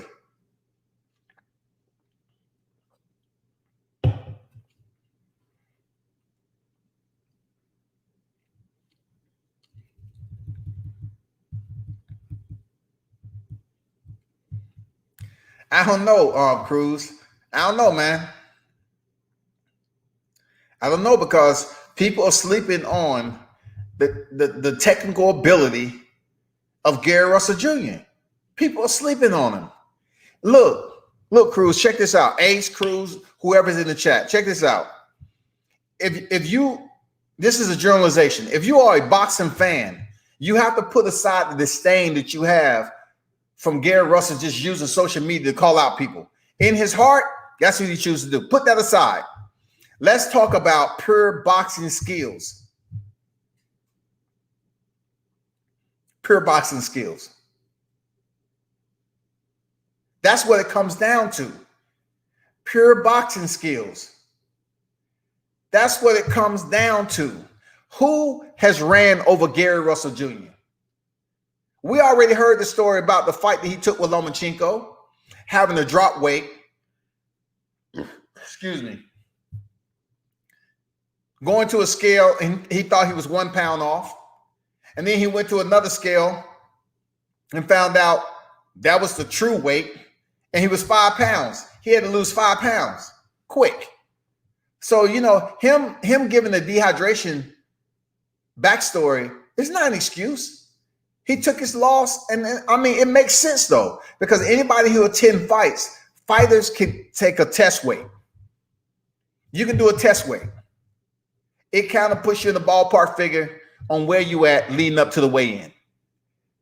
If your test weight is saying that you 5 pounds, you got to lose that shit. If you 5 pounds over, you got to lose it. So when it comes to weigh-in, boom. You just say you 1 pound. 1 pound still a lot for some people. What about 0.5? Half a pound? It depends on what it is. Okay, cool. You can lose that easy. You can take off your drawers or whatever and weigh in and see if that helps. But we need to stop thinking, more so Gary Russell talking shit and holding his square and calling out all these people. Russell can box. Point blank, period. He can box. Terrence Crawford can box. It's going to come down to who can place the better shots, who can gain the momentum and keep it in that particular matchup if it happens. You know what I'm saying? Who's going to be the better technician? That's what it's going to come down to. Because I'm going to tell you, man, Terrence Crawford don't want to go 12 rounds with Gary Russell. Terrence Crawford ain't trying to go 12 rounds. Look, Gary Russell cracked this man in the freaking jaw in the amateurs. Gary Russell cracked Terrence Crawford with a clean shot to the jaw. Say what you want. If you want to say it's a sucker punch, it still happened. It's people that's out there that's validating, y'all. This shit happens. Now, if you take the history from that point all the way up to if they ever step in the ring, you think Terrence Crawford ain't gonna feel some type of way? Terrence Crawford gonna be like, nah, man, I'm gonna fuck this motherfucker up. I want the camera to show him land on the canvas. And we all know, those who hardcore boxing fans, you all know what happens when you let emotion get involved sometime with these fighters, it end up working against them. When you going in there and you remember, Russell cracked me in the jaw, and you want to go in there and pull off a Charlo, when they stepped in there with Austin Trout trying to knock his head off, Austin was too slick. The same thing possibility can happen with Crawford. Seriously, the same thing can happen.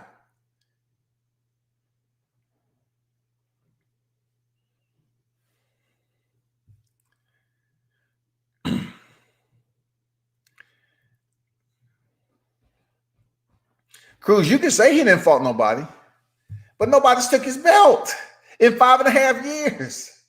You can say he ain't fought nobody the same way they say Crawford ain't fought nobody.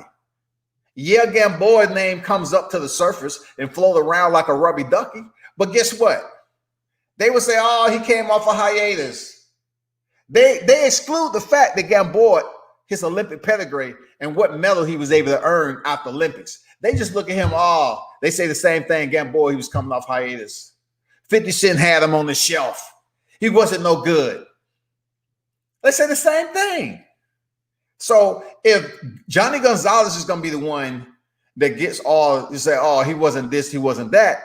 You have to understand one thing. Johnny Gonzalez was a champion.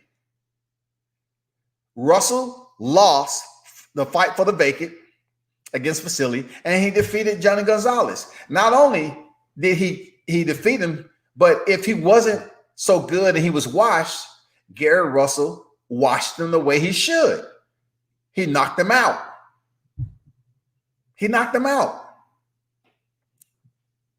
He's held the title ever since, y'all. He's held the WBC title, the most coveted title of the sanctioning bodies. He's held the title ever since Johnny Gonzalez. You have to give the man credit. A say, I fuck with Russell heavy. Russell heavy. Just think it's a weight class for a reason. I have to see Gary fight somebody at that weight first. So what's a weight class? Tell me this, Ace. What's a weight class for a reason? Seeing Mikey Garcia move up from 35 to 47 and challenge the quote unquote best in the welterweight division and go the distance? Is that a weight class for a reason? Because I thought for sure Mikey Garcia, even though he had picked up a belt at 140, I thought for sure we would take that in consideration with him moving up 40 to 47 and taking on Errol Spence. Errol the Truth, man down, and Mikey Garcia goes in here and go the distance with Errol Spence, dog. That's kind of proving my point, man. It's all about skills. What's going on, Hodges? How you feel, man? Gary ain't no James Toney. James is the only dude that can fight anybody anywhere. Hey, James had his own style. Shout out to Lights Out, man. I like watching his fights all the time. Man, ain't nobody box on the inside like Lights Out. He has some damn good fights. I ain't gonna lie. Shout out to Lights Out.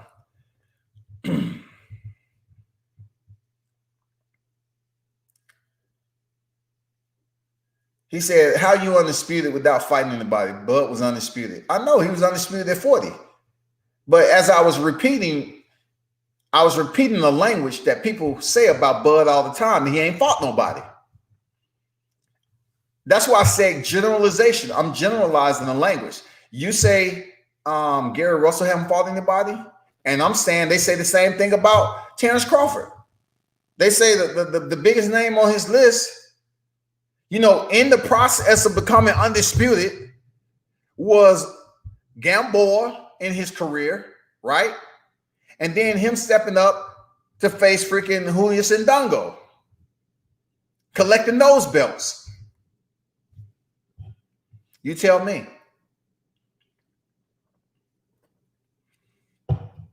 I'm just saying, man, people say the same thing about Crawford. He ain't fought nobody. The man first fight, his first fight at 47 is with Jeff Horn. Who cares? But Jeff Horn defeated Pacquiao, who defeated Keith Thurman. But yet, all y'all talk about is Keith Thurman requesting $10 million and he outpricing himself. Jeff Horn defeated Manny Pacquiao. He did what he needed to do. First fight in the welterweight division. First fight. Moving up from being undisputed to 47, he gets a belt. He did what he needed to do. People don't give Jeff Horn the recognition because it wasn't Pacquiao who fought Terrence Crawford. It was Jeff Horn who beat Pacquiao, who beat Adrian Brawner. You know what I'm saying? Who beat everybody else, 8th division champion. Jeff Horn don't get the credit. Jeff Horn being defeated by Terrence Crawford was almost like Saddam Ali when he picked up the strap from Miguel Cotto.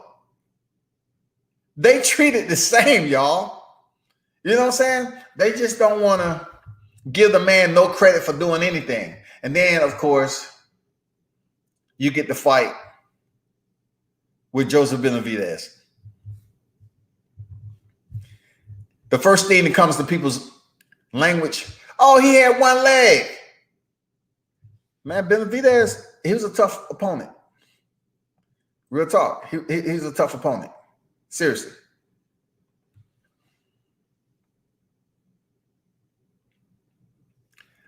Let's see what's going on over here with the Alvarez Smith card. Let's see what's popping with Top Rank. I really want to see this fight with Alvarez, Alida Alvarez and Smith Jr. Alvarez, of course, like I mentioned on my previous live, he's coming off knocking out Michael Seals, who's actually a boxer down here in Atlanta.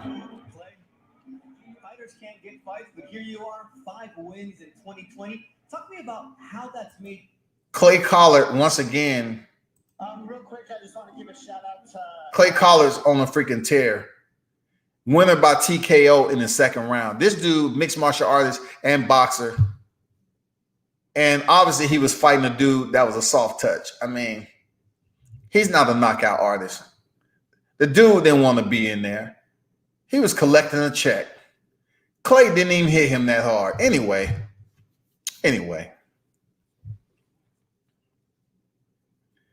Yeah, Johnny Gonzalez, man, you have to give respect to these cats being champions. That's all I'm saying. You have to give respect to them. They was champions. They was champions, man. Just like people that sit up here and dilute, Richard Comey when he was knocked out by Teofimo Lopez. But he got the title from Shanaev. It don't matter who Shanaev isn't. It's the fact that he had the belt. I mean that he was in the ring for the belt, the fight for the belt, the fight Comey for the belt. But when it comes down to it, Richard Comey was a legitimate competitor. You know what I'm saying? He was legit. But people ain't gonna give him credit, because Teofimo went in there and knocked him out in the second round. So they say, hey, he ain't shit. Like he ain't nothing. I don't know, man.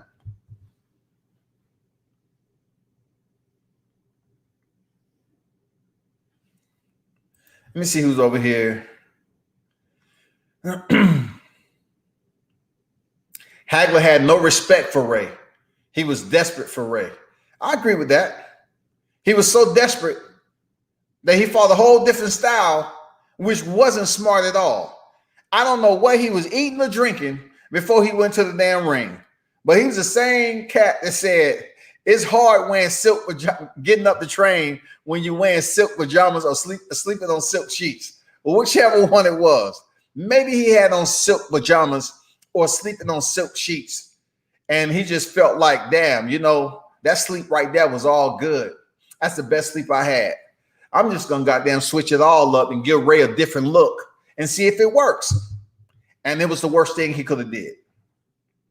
Seriously, it was the worst he could have did. But we'll see how that works out, though, man. We need something to happen. Oh, they already have the next bout of him, Julian Rodriguez. I'm waiting for Sean Porter and Sebastian Formella to, get ready to come out. But in the interim, we have Julian Rodriguez on the top rank card, and his opponent is about to make the ring walk. No, he's already in there. He's already in there.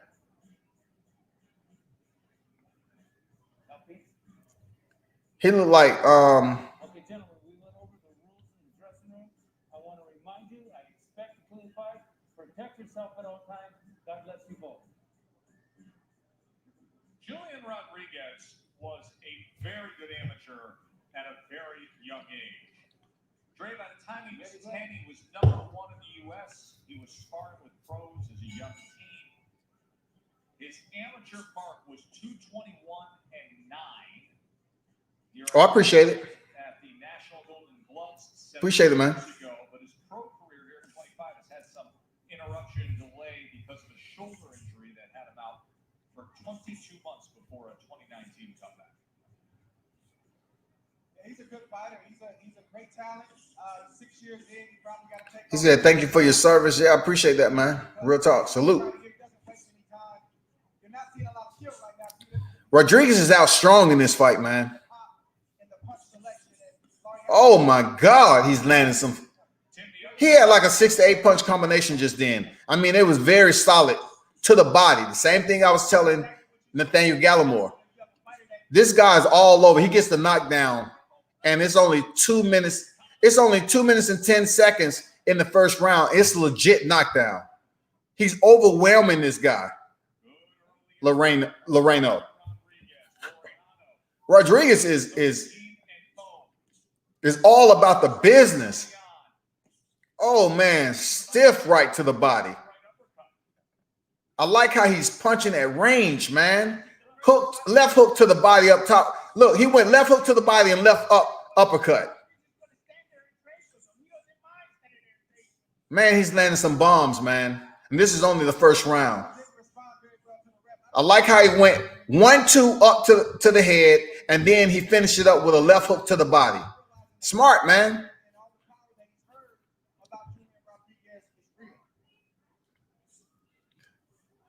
Loreno is backing Rodriguez up against the ropes. Rodriguez is fighting off the ropes pretty good. Ties up. Referee breaks. I'm looking at the eyes of Rodriguez. See how he, Woo! Rodriguez seeing, his optics right now, his boxing optics. Oh my God. They are laser focused. His defense, this guy's throwing the left hook and coming up through the middle with the left uppercut, all in one motion. Then he light him up on the opposite side. Oh, he hurt him again. Loreno is hurt. He's down again. Just too much. Rodriguez is too much for this guy. It's not like Loreno isn't fighting. He's overwhelmed right now.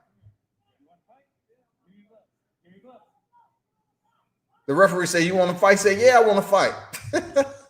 Ooh, he's taking some punishment. Oh my God. Referee's about to stop this. He's down again. The fight is over. Dominant performance. Man, y'all keep an eye out on Julian Rodriguez.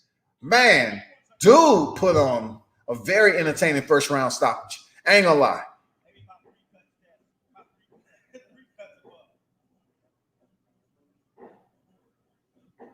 He reminds me of the night J-Rock fought Jarrett Hurd. Seemed like he was seeing everything and he was returning. Just overwhelmed him, man. Very solid fight. Very solid fight. He was just too much for Loreno. Too much, man. Damn. This dude, the way he sits down on his punches.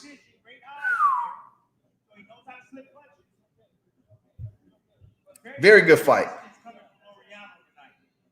He was out of the game for some years. He has to speed his career up. This was the time where he was facing his first undefeated opponent of his pro career. Who are you talking about? 3 came into a fight with Laureano off of a win. 9 of them had losing streaks coming in. Yeah, well,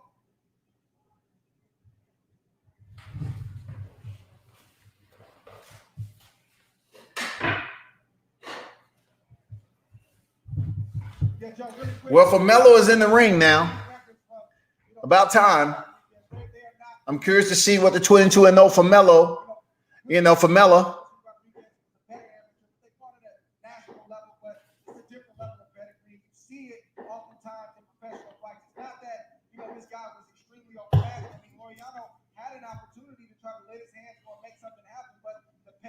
Okay, hammer hands. Okay.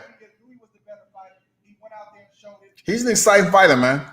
Let's make it official. Seriously, exciting fighter. Ladies and gentlemen, here inside the Very exciting fighter. Russell Moore calls a stop to this bout at 2 minutes 50 seconds of round number 1. So I'm gonna leave. I'm gonna get up out of here. I'm gonna back up out of this. Man, y'all give a shout out to Hammer Hands, man. He was entertaining. I'm not gonna lie, he was entertaining. Let me see what's going on over here in the UFC. He would have had a title shot or a belt if he didn't have his issues. Okay. I don't even know what his issues was or whatever, but I'll definitely take a little peek later on. Alice loves the scent of gain so much. She wished there was a way.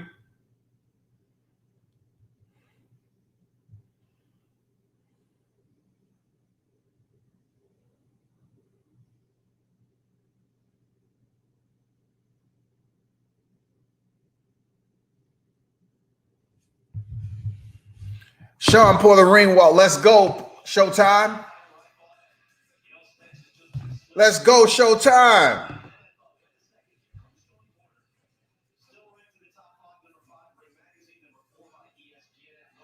Sean Porter, just another day at the office. One of the most consistent, dedicated boxers in the sport to take, that's shown that he has discipline. People don't really give him all the credit he deserves because, he's not the fighter that's in the media. He's a family dude, business orientated as far as, working and everything. And he's a dog. Sean Porter is an absolute dog. He's an absolute dog. Seriously.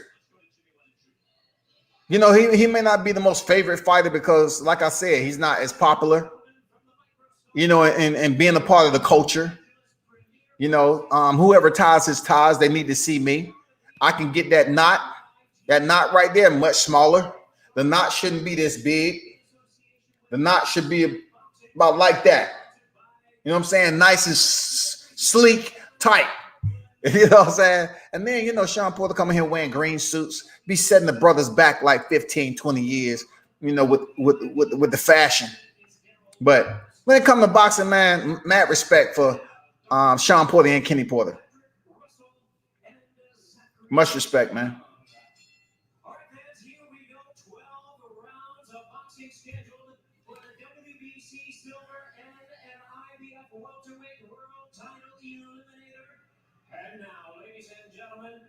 Sean Porter's been here before. Formella's getting his opportunity to upset. I don't see Dillian Whyte, Alexander Povetkin being an upset. I truly don't. Because I always felt that Dillian Whyte was that guy. Seriously. I never wavered from that. I felt Dillian Whyte was that guy.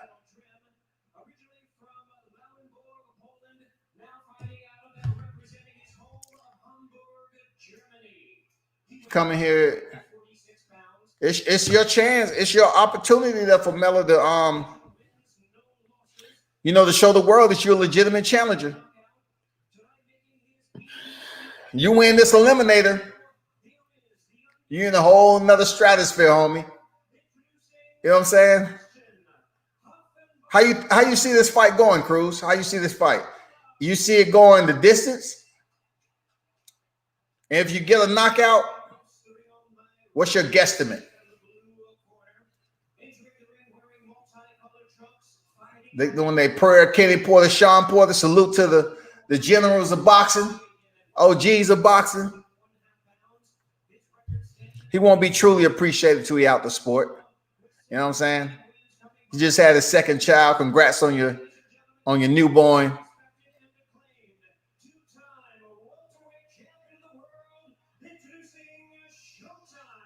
Former IBF and WBC champion Showtime Sean Porter. Let's go, Showtime. Take that headband off and let's get it. Let's go.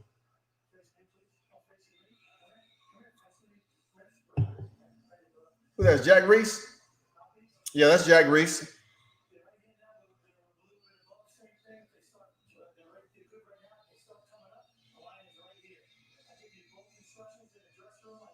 Yep, that's Jack Reese.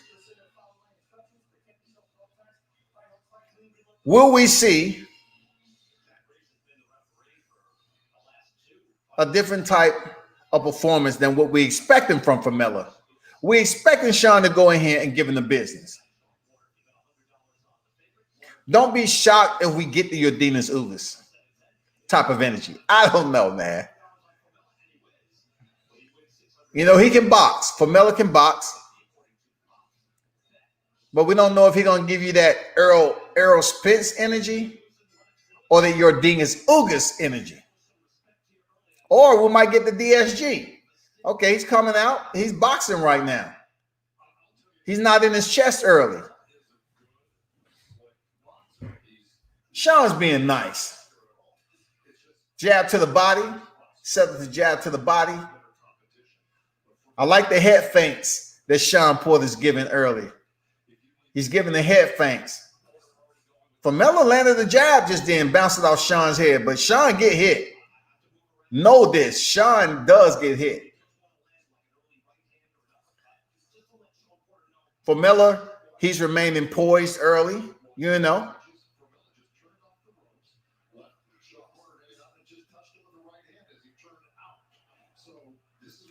Formella looks calm for the job tonight. You know what I'm saying? He looks calm so far. But I'm just curious to know how he's going to handle that aggressiveness if Sean Porter decides to turn up the volume just a little bit earlier. Sean is actually keeping distance right now. Okay, fighters lock up. Sean is in his chest. Not too much, you know. Sean is deciding to stay at range right now. You know what I'm saying? It's not that he has to. It's not like Formella is popping a steady jab out there or anything. I mean, ooh. Sean's in his chest. Formella, nice right hook out the where they separate. Nice right hook. Sean has him up against the ropes briefly.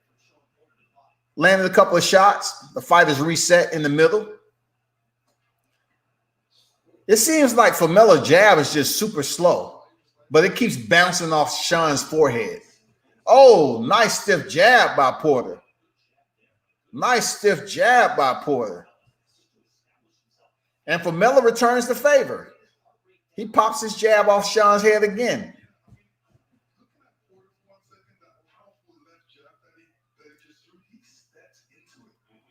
Man, Porter's just giving this. Oh, nice 1-2 down the middle for Formella. Sean, what you letting this guy touch you up like that for, man? This is not Ink Master. Use some defense, man. You just come off one of the best performances of your life.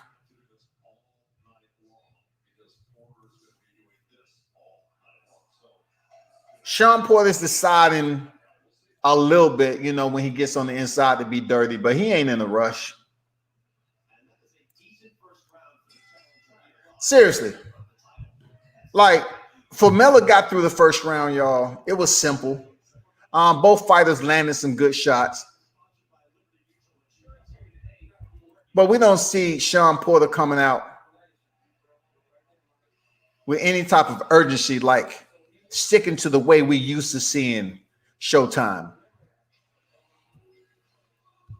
We got Mike Rodriguez. and Marcin Perchino. We are live.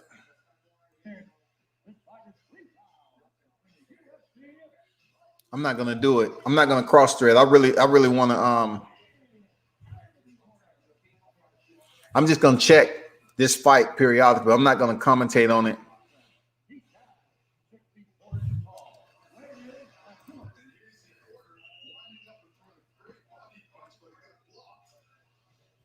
Man, nice counter right hand and close from Formella when Sean Porter was standing there, like just posing.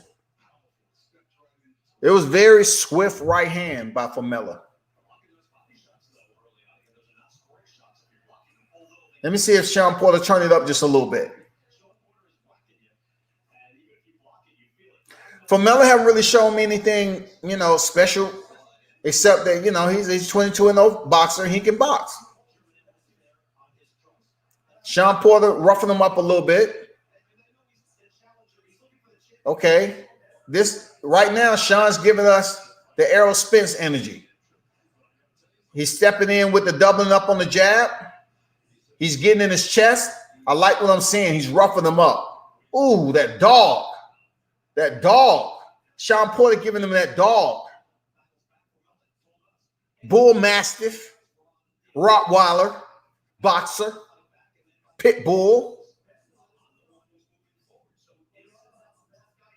Tibetan Mastiff, all that. I like how Sean is coming in, moving his head, lateral movement, left to right as he close distance. Formella still keeping his distance, doing okay on the outside. Working behind the stick. Right hand landed for Formella, followed up with a straight left jab. He's able to land his jab every time Sean just stay, outside and let him get off. That's it. Woo, nice short left hook by Sean. Dang, Sean putting on a show right now, man. Oh, nice right uppercut by Sean. He's roughing this guy up. He's showing him there. Oh, nice right hand, man. Formella ate it. Formella ate it. Sean getting a little wild. A little wild. You better calm down before your dad throw a bottle in there and bust you in the head, Sean. You hear Kenny over there giving you instructions.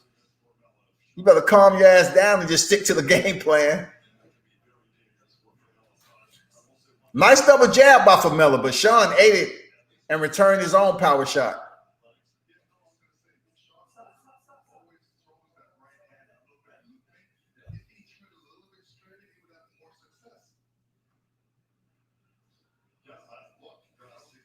Stiff jab by both.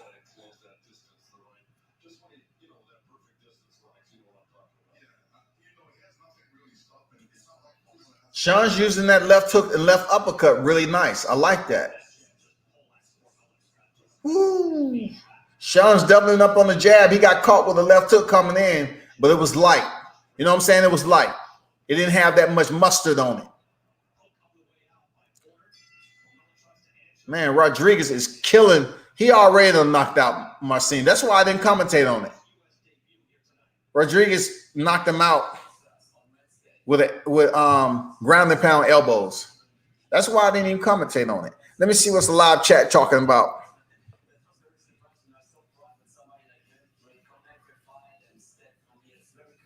You feel like Sean needs a KO? I don't know, man. Excuse me. I think he's gonna get it. But look, just look what he did with Ugas. He didn't get the KO with Ugas. You know what I'm saying?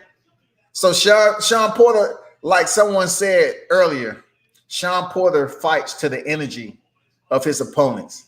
So if the opponents, give him that energy, he'll return it. If they don't, he'll just be nice and allow them, allow himself to put in some rounds. But hey, just think about it. Adrian Granados went the distance with Porter. Adrian Broner went the distance with Porter. You know what I'm saying? Keith Thurman went the distance with Porter. So, hey, it's all about the skill level on what we perceive Formella to be, on whether he goes the distance. We're already in the third round. Look, this fight seemed like it's going in slow motion. I ain't gonna lie to you. It's some pretty moments in here. Sean Porter flashing, his levels of boxing expertise. Real dirty on the inside.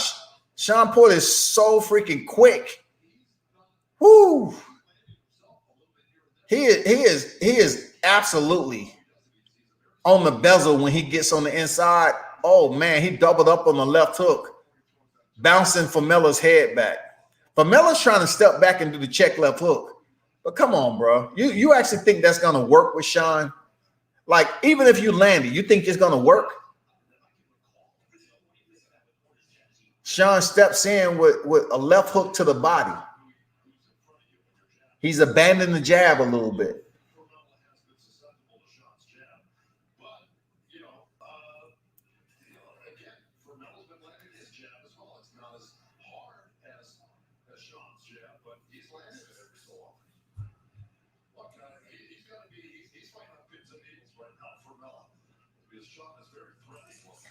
Let me see if the leader Alvarez Joe Smith fight, because I got to see it.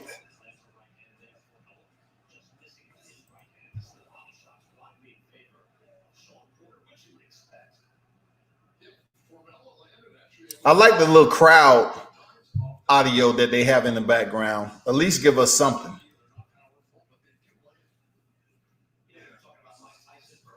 Sean Porter is missing coming in, but he was able to get close and land that right hook. And did. So that tells you that he's in the right mindset and he made it happen and he listened to his coaches. Let's take some looks at what he did. Why? We see here the clinch. Why did this come back on? He starts to see it. He blocked that one. He goes back to the.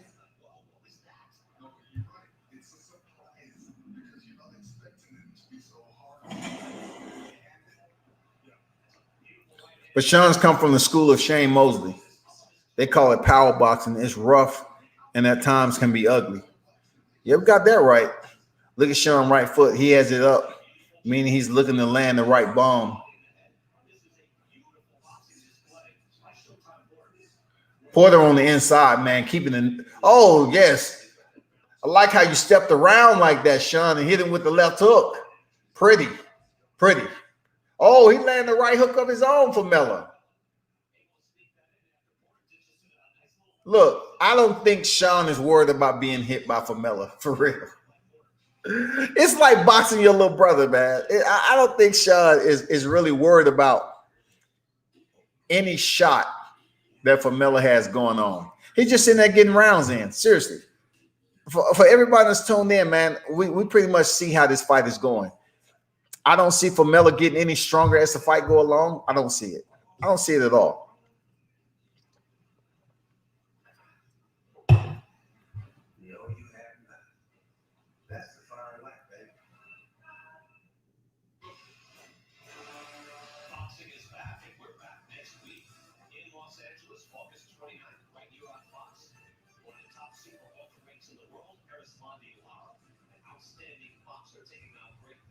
Erislandy Lara will be taking on Greg Vendetti, Saturday, August 29th.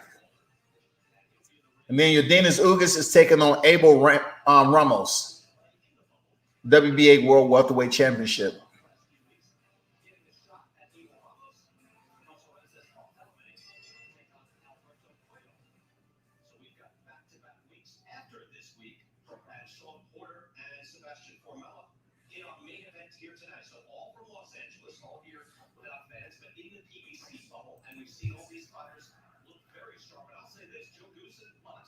Who is this?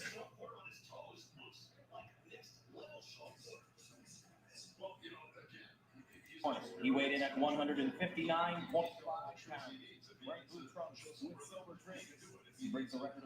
Oh, Vitali's on deck. I'm gonna stick this Sean Porter fight. Nice jab to the body, then popped them up, popped them up top, doubling up on the jab. I like that. Man, Sean is really opening up on this guy now. Very solid.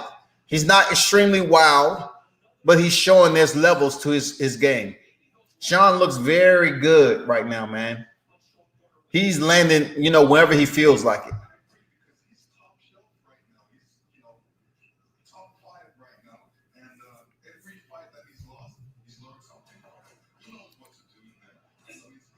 He turned Formella off the ropes.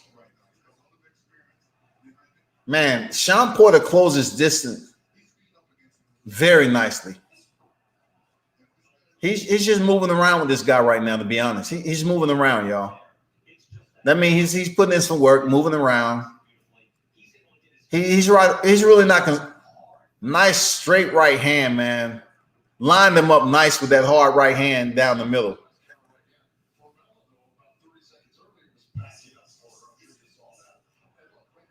I like those 4-punch combinations, the volume of punches that Sean is putting out when he decides to open up. He missed with that looping right hand. We're in the 4th round. This is 4 out of 12, man. Ooh, he lit Formella up. Sean is a dog, man. Formella's holding this ground, though. Stop going for the uppercuts and just throw the hooks on the inside, Sean. Because he's slipping your uppercut.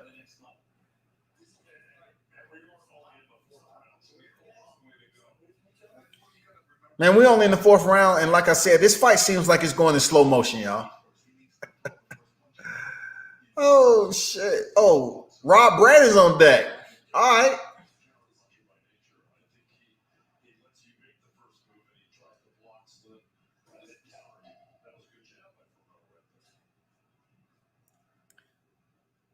Come on, Sean, turn up on this dude.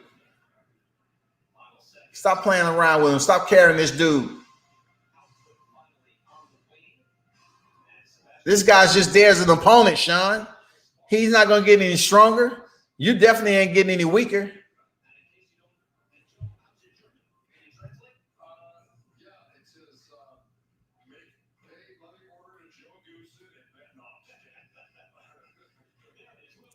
On what fight you talking about, JC? Cruz said the reason why I would love him to get the KO is because Sean, a good dude, I want him to be on top of the loaded division. He is on top. He's number 1 ranked in the WBC. He's right where he need to be. He's number 9th in the IBF. He's number 1 right in front of Danny Garcia in the WBC. So he's at the top. There's no disputing that. Sean Porter ain't going nowhere anytime soon.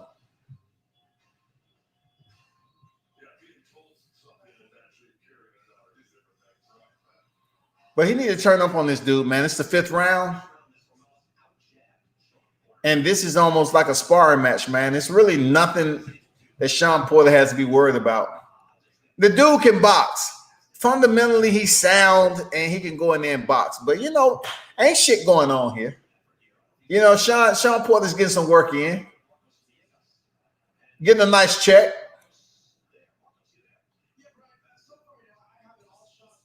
Doubling up the jab on Formella. Formella is on the outside already. Unofficial scorecards have Sean Porter winning every round. This is easy work.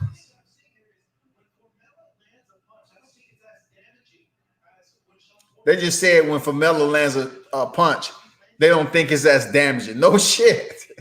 That's what I just said. It don't seem like Formella. Oh, man, Sean is getting vicious right now. Landing some heavy shots on Formella. Formella's right now, he's taking the shots pretty decent. What Jack Reese at? Come on, Jack Reese. Give us that attention you gave Tyson Fury. Get close. If this dude is taking too much punishment, stop the fight.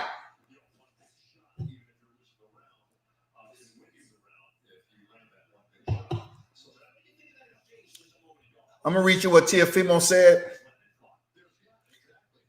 Right quick, Teofimo Lopez said on Vasily Lomachenko, he said all the guys he faced at 135 are either washed or not in their accurate weight.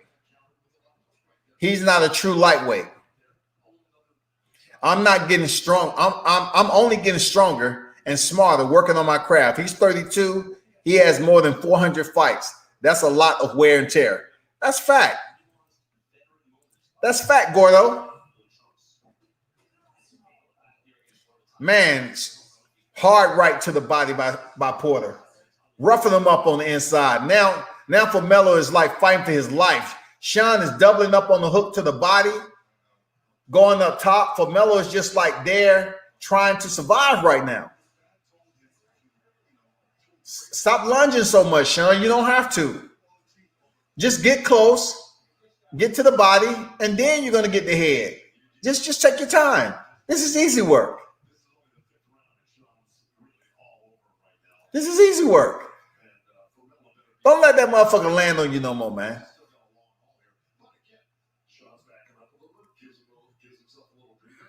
This dude's going to go back to his country and say, you know what? I went the distance with Sean Porter. I feel good. That's a win in my book. Woo, Sean is digging.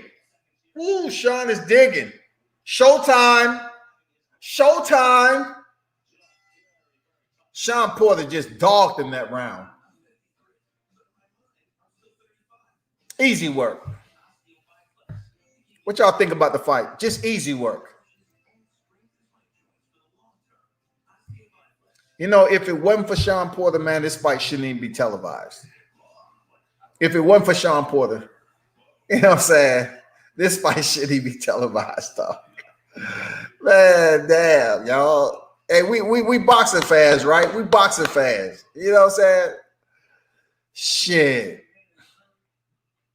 Sean Porter about to be 31-3, goddamn it. I'm calling it. Sean Porter 31-3. I'm calling it. Before the final bell, I'm calling it. 31-3, goddamn it.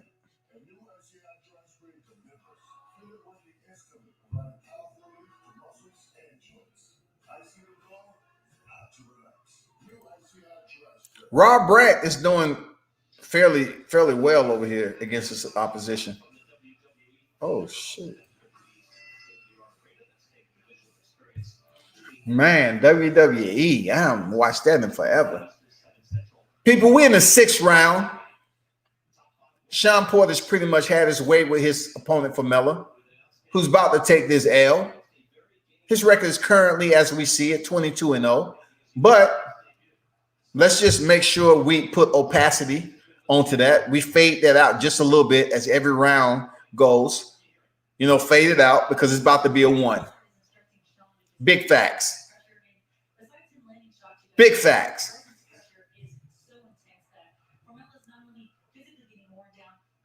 Ooh, Sean Porter just landed a hard overhand right. Very simple target practice, boxing fans who's tuned in. Simple target practice, demonstrating the levels for which boxing presents itself on the elite level as Sean Porter. Regardless of his loss to Kell Brook, Keith Thurman, and Errol Spence, Sean Porter still Showtime. Oh, hard left. Jack, get in and show that Tyson Fury attention, homie. Let's go, Jack. You're going to get this boy hurt. I already told you the opacity for his O is getting lighter and lighter as every freaking second tick down on each round. You know damn well this dude is not going to win this fight. He's down 5 rounds already, Jack.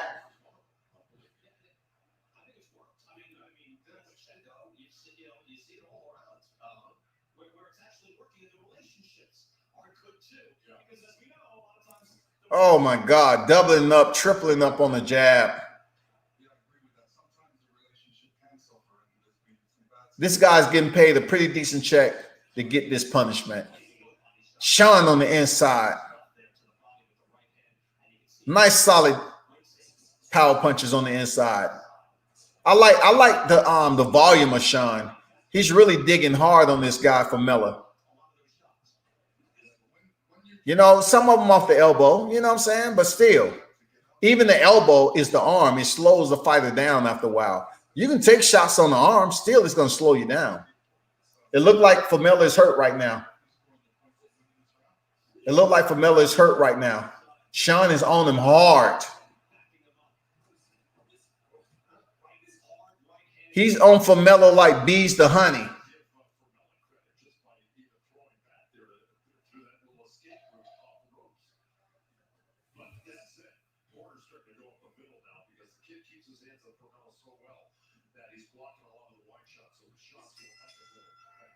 Man, this is a wash, man. This is a wash. We head into the 7th round for no reason. We headed into the 7th round for no damn reason. Like, if anybody who's sitting in Formella's corner, who is training this guy, not telling him, say, hey, just stay alive. Try not to get into too many heated exchanges with Sean Porter. You're not going to win that. You're not going to get any stronger as the fight go along. So play it safe. Don't stay on the inside too long. And when you are at distance, stay on your bicycle, sweep the outside perimeter, make them come to you. And if you can, land some counter shots like you've been able to do this fight. Besides that, try not to damn take that ass whipping too much.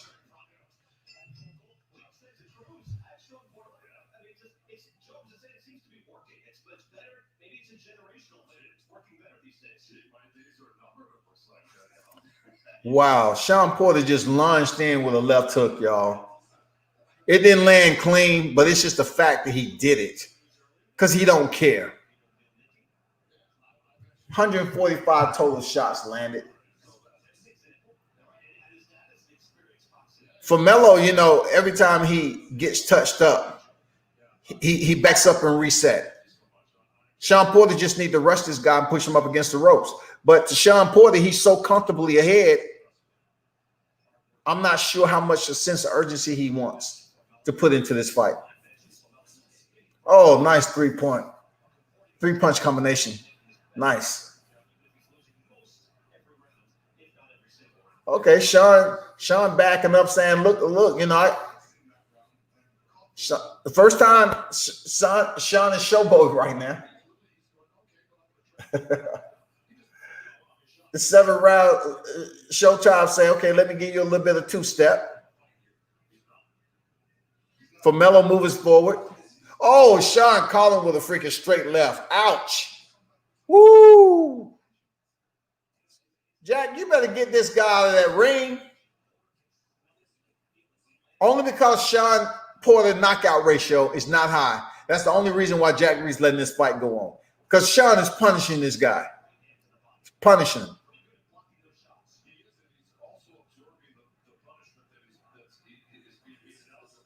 Oh my God, he just hit him with a double left uppercut, and his head was like a bobblehead. He's really digging to the body on the inside, and he's getting more consistent with landing his power shots. Jack really needs to, kind of take concern of this cat, man. 55 seconds remaining in the 7th round. Porter turns him.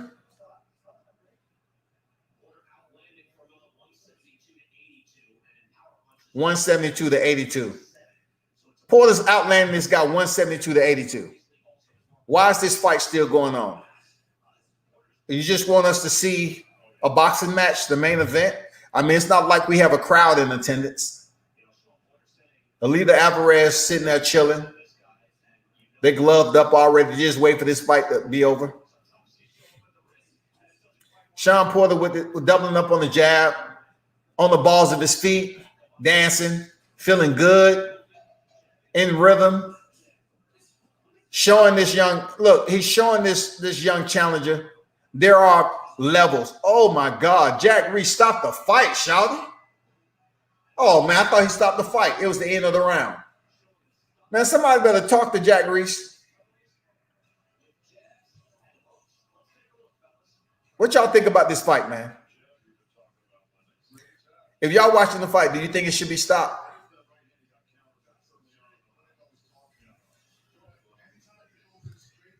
Y'all sleep already? Because I know the churches ain't open tomorrow. What do y'all think about this fight? Holla at me. This fight is just a drive-in movie right now.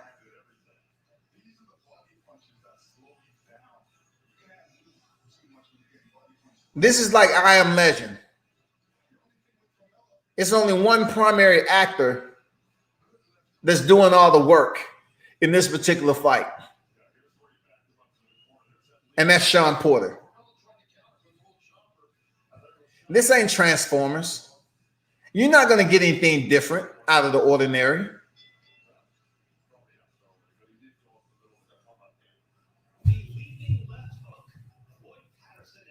The 8th round, y'all, I didn't think we would see this, but the 8th round, and it's not like Sean Porter isn't putting in work. He is putting in work, okay? If he's able to land some consistent power punches on this guy and allow Jack Reese to show a sense of concern, then the fight may be stopped. But being that Sean Porter isn't a knockout artist, that's the reason why Jack Reese is allowing this fight to go on, like I said. Oh, my God. Nice doubling up on the jab. Sean Porter looks solid. Formella is hanging in there, man, showing his toughness. He's showing no quit. Woo, Sean came in with an overhand right, stuck him with the left. Stiff jab.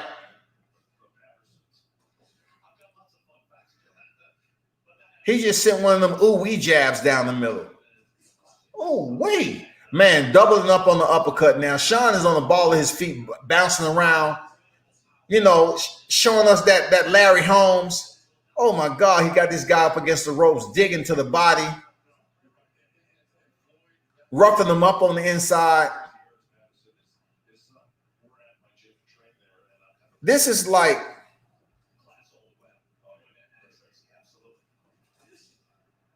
damn, he stepped in with a hook to the body. He's just playing with this guy. Oh, man. He caught him with a check. He checked him with the right hook and then shot a double uppercut up the middle. He's landing anything he feel like. His cart is full. Can he just keep putting punches in the cart for Sean Porter to deliver on the goddamn jawline of Formella? He's just having a damn easy.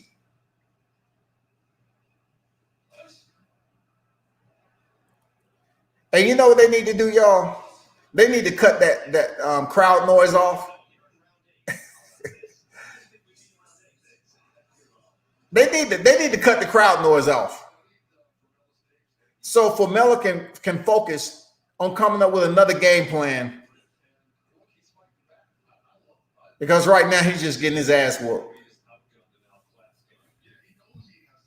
They just said he outgunned and outclassed. No shit.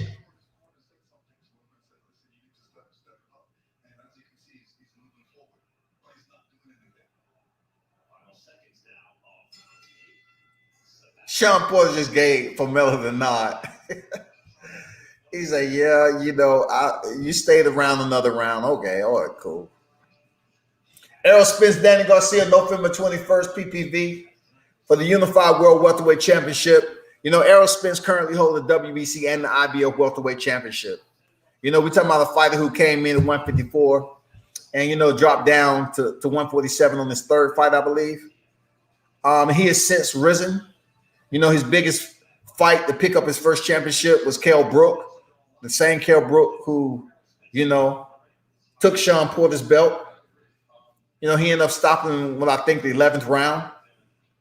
And, you know, in between that, he had some pretty good fights, but none like the fight he had with Sean Porter. And that was the fight prior to his near-fatal accident. So the anticipation from everybody is how does Errol Spence look? Is he going to be able to mirror the performance he had with Sean Porter? Or will we see some chinks in his armor due to the injuries that probably wasn't disclosed to the public that he faced from being ejected from his sports car? Right now, people, we're in the 9th round. This is an easy fight for Sean Porter. Now, what I don't want to happen there, fight fans, is that we don't want to see that complacency like Adrian Broner was able to do it in the 12th round when he dropped Sean Porter. Formella doesn't need that. We don't need to give Formella anything. Send him home with this L. Stop him or send him home with this L and keep it moving. Look, we may be close to the championship rounds, but it's easy for Sean Porter to get bored up in here. This is the 9th round, people. You have 3 more rounds and Sean Porter can get complacent. Formella is still coming forward. You know, chicks come forward too when they first hatch. You know, you walk up, they'll come towards your feet. You know, they don't know any better. You know, Formella still trying to, you know, be, more than just a body in the ring right now. He's really trying to just make it interesting in certain spots. Oh, man, hard straight left hand by Sean Porter sends Formella back to the corner again. Damn. Tell me what y'all think. Don't you believe it's a bit of a humane act for a referee to say, you know what, Sean Porter is up 8 rounds and we're in the 9th. He's up 8 rounds. Wouldn't it be feasible to say that from what you're looking at in the ring, is no way Formella has a puncher's chance? He doesn't. Anybody believes that he has that puncher's chance like Errol Spence did in 11, you absolutely mistaken. Oh, my God. Oh, Sean, man, with a right uppercut and then a left hook. Oh, wait. Sean Porter's putting on a clinic. Man, 15 seconds remaining. Thank Holy Jesus. You know,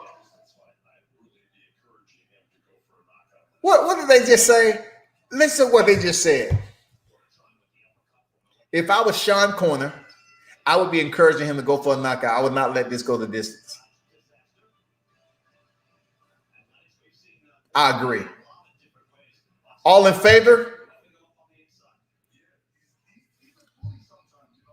Go get this dude up out of here, bro. You know, send him home, man. I'm telling you, that O on his record gets lighter and lighter every round.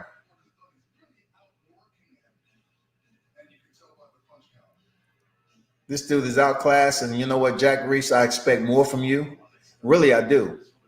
As long as you've been in the game and some of the fights that you've been a part of, this is one of those moments where you just should step in just a little closer and make a command decision like we know you can.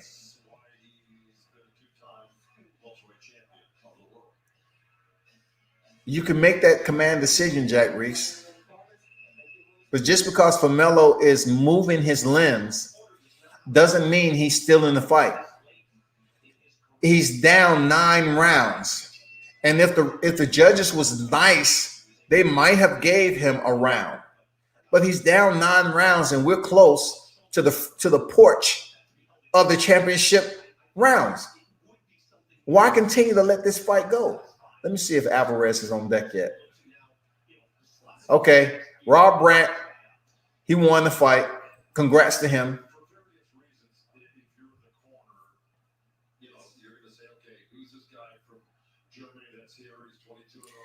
Cruz said Formella isn't busted up.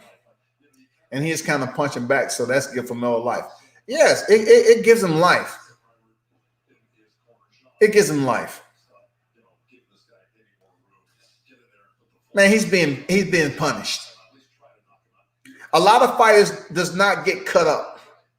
Like, you know, he's not wearing the fight like Gotti used to wear the fight. Like Robert Guerrero, or the way freaking Andre Berto looked when Robert Guerrero took his soul and made him look like he was out of the planet Mars. You know, an extra off Total Recall. This dude is getting beat up. He may not show or wear it like that, but he's taking some punishment. Maximum Dadashev, before he passed out, he didn't look that beat up either. But he was taking some punishment similar to this. And I'm just keeping it a hundo. Fighter doesn't want to have an unnecessary TKO. Man, Porter is damaging this dude, Cruz. Come on, man. You watching the fight like, come on, bro. He's punishing this dude right now. Look at that shit. Come on, man. Jack Reese, step in there and stop this damn fight, man. This dude is getting lit up. Formella hasn't been hurt. Look, he hasn't been physically hurt to the point where he's on the canvas, but he has been hurt in the fight. He's been hurt in the fight, man. Sean Porter has allowed him to have as much life as he chooses him deemed. You know, he really haven't been in his chest like that. Sean Porter's been extremely nice in this fight. He chose to go at it hard like he just did in the 10th round and then let up. He ain't trying to kill the dude. Seriously. He know his dad told him, it do have one around. He's missing every shot, dog, almost. Formella. I mean, Max was getting rocked. That was a tough fight, very tough fight. And the Puerto Rican dude had hands of stone. You know, you're right about that. But when it comes down to this fight right here, this dude has been taking punishment, serious punishment since the end of 4, from 5 on up. He's been taking punishment, man. And he's still young. Seriously. I know they don't want a TKO on their record. I get where you're coming from. But if Maxim Dadashev, he wasn't even really bleeding. You know, he wasn't swolled up. He wasn't looking like Victor Ortiz. You know what I'm saying? Like, he still passed out in the locker room. Patrick Day wasn't even freaking looking that way. Even though he was knocked out, I'm just saying, Pat Day, man.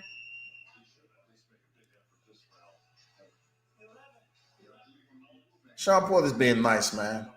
Sean Porter ain't trying to kill this guy. Kill him off the night and put him into recovery. Sean Porter's being extremely nice, man. Yeah, Max was getting rocked. I'm saying his facial, the way he wasn't wearing the fight like that. He was getting touched up, but he wasn't wearing the fight. He wasn't looking terrible, man. He wasn't wearing the fight like the amount of punishment he was taking. He wasn't wearing it like that. It didn't reflect the amount of punishment he was taking.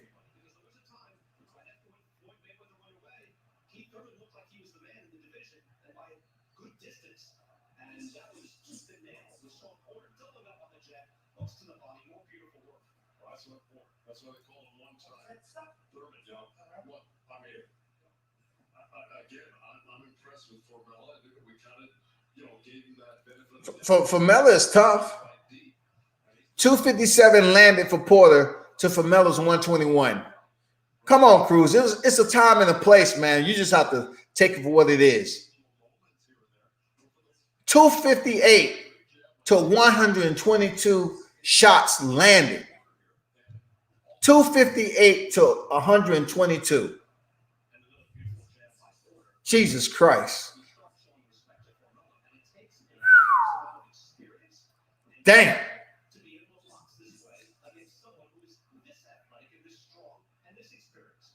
I'm going to chill.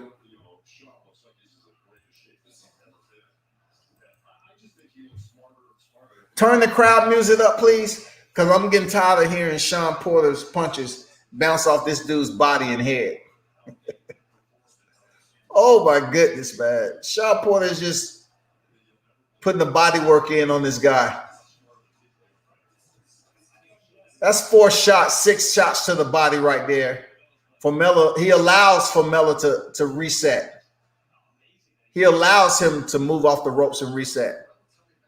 Didn't even think about clinching. Didn't even think about getting close or cutting off the ring. He just let him move out. He said, you know, there's no need for me to be in a desperate situation, a sense of urgency. Okay, Formella landed a left hand right there.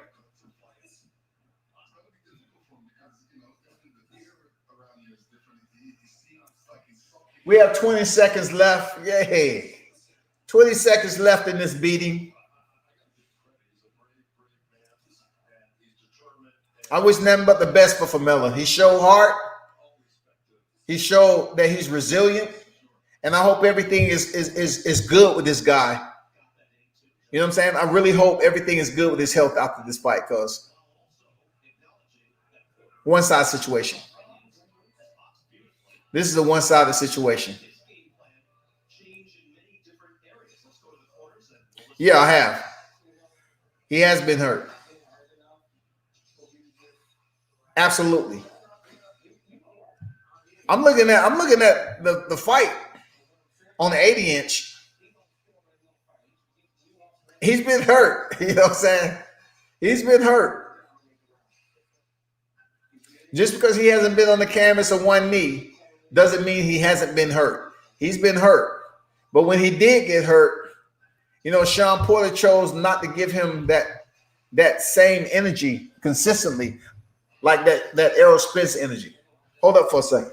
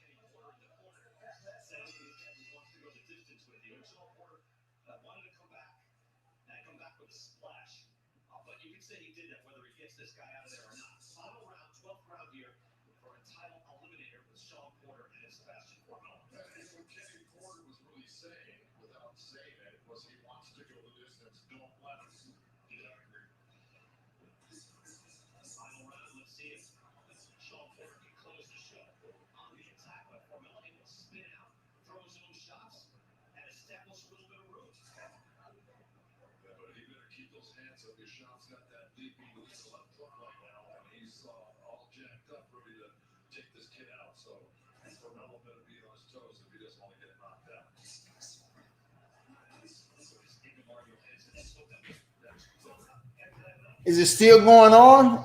No knockout? 2:05 remaining in the fight. Thank you, Holy Jesus. Alvarez is still waiting to come out.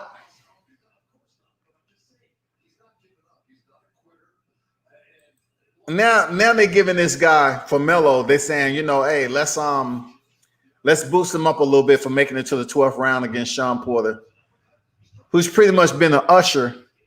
You know, Sean Porter's been a chaperone in this fight. And Sean Porter's a nice guy for, you know, not keeping the heat on this guy, really. Sean Porter could have burned this guy down a long time ago. Unofficial score 110-99. Oh, my God, man. Cruz, come on. Are you looking at what I'm looking? You talking about has he been hurt one time, man? Are you looking at the punishment this guy's taking? He's taking flush shots. I'm talking about Sean is doubling up on these power punches. He's doubling up. So when he gets it, he gets a double dose. It's not a single dose. He's getting double, triple dose of power shots. Hey, he got heart, man. 50 seconds remaining. Thank you, Jesus. This fight seemed like it started yesterday, and it's just now finishing, for real.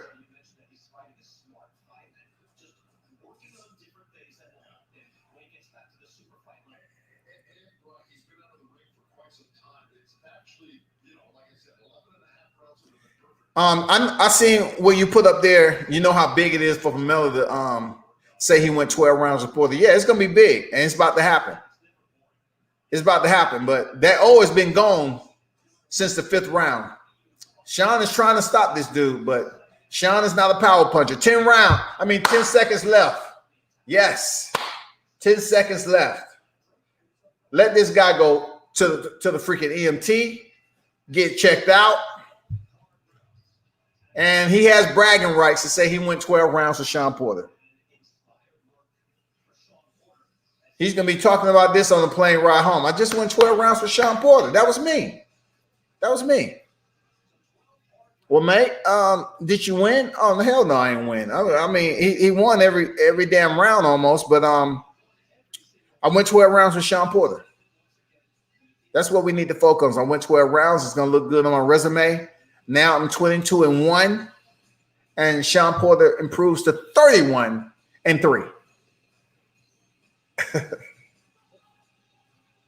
Damn, Shawty.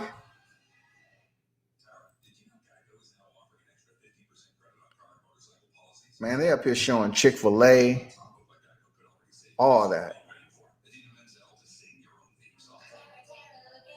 You know what? Let me go over here and see what's popping on this UFC broadcast right quick.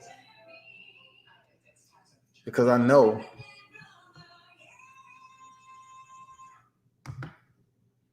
Let me see if I really don't want to watch the.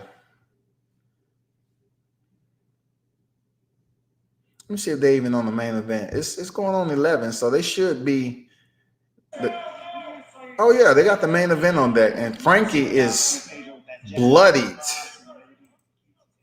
I'm just gonna go through this process right quick. They're in the 4th round. Damn, both of these guys have been landing some shots. Serious.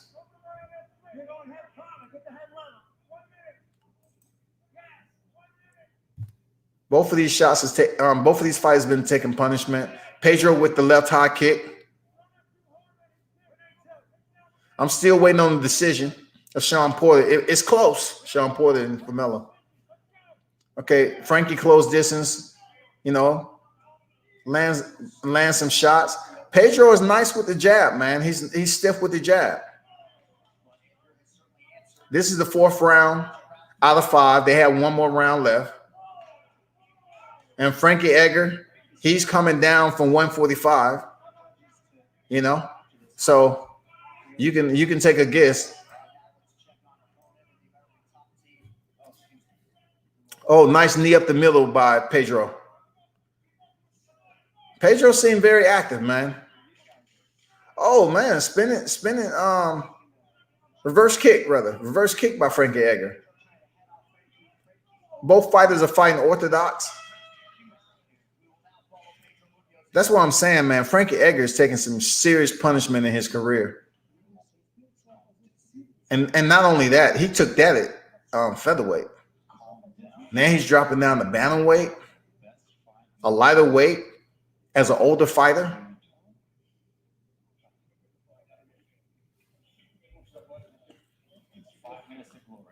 Those 12 rounds means a lot for Formella. More money going. Yeah, I believe that. More money going 12 than TKO for the future. Oh, of course. Of course. I wasn't rooting for him not to go 12 rounds. I'm just looking out for the health in a sense. No, I'm not being a babysitter, but I'm just saying he was taking some flush shots. And these was consistent rounds. From the 5th round all the way up to the 12th, he was taking punishment. We don't know internally how Formella is doing. We're in the 5th round of Munoz versus Edgar. Let me see. It's probably just going to be a stand-up game. Pedro's first on the jab. Teep kick up the middle by Pedro. Oh, he went for a head kick, just missed. Frankie going to have to get himself together. That head kick just missed. Frankie pushes forward with a 3-point. Oh, I like how he changed levels right there for the single, but missed it. Stuff real nice by Munoz. Oh, Frankie stumbles a little bit. Munoz with an inside leg kick. Another inside leg kick. Nice uppercut by Frankie. I'm still waiting on the decision.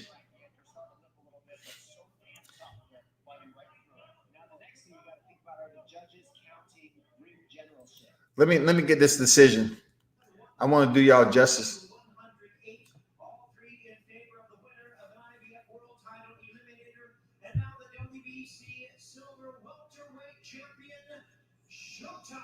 Silver welterweight champion. Sean Porter won. Salute to you, Showtime. You deserve it.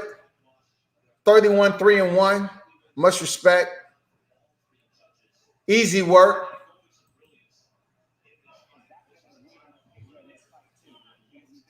Appreciate everybody who stopped through. I'm still waiting on, I'm pretty sure Alvarez and Smith in the ring right now.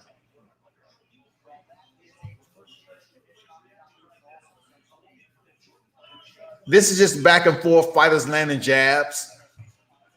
Frankie pushes forward, man. Takes some punishment to land his punishment, so to speak. So both fighters land some hard shots. Hasn't been too many level changes in this last round. I really don't know. I didn't see the first 3 rounds, the first 3.5 rounds. So I couldn't tell you who's been having the momentum so far.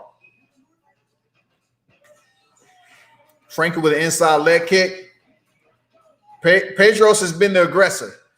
He's been pushing, closing distance. Oh, nice, solid, straight right hand by Frankie, man. And, you know, just so you know, they are fighting with 4-ounce gloves. For those of you that may not know, 4-ounce gloves, 5-minute rounds. And this is the main event. So this is a 5-round fight. Spinning technique for Frankie. Lands off the glove of Munoz.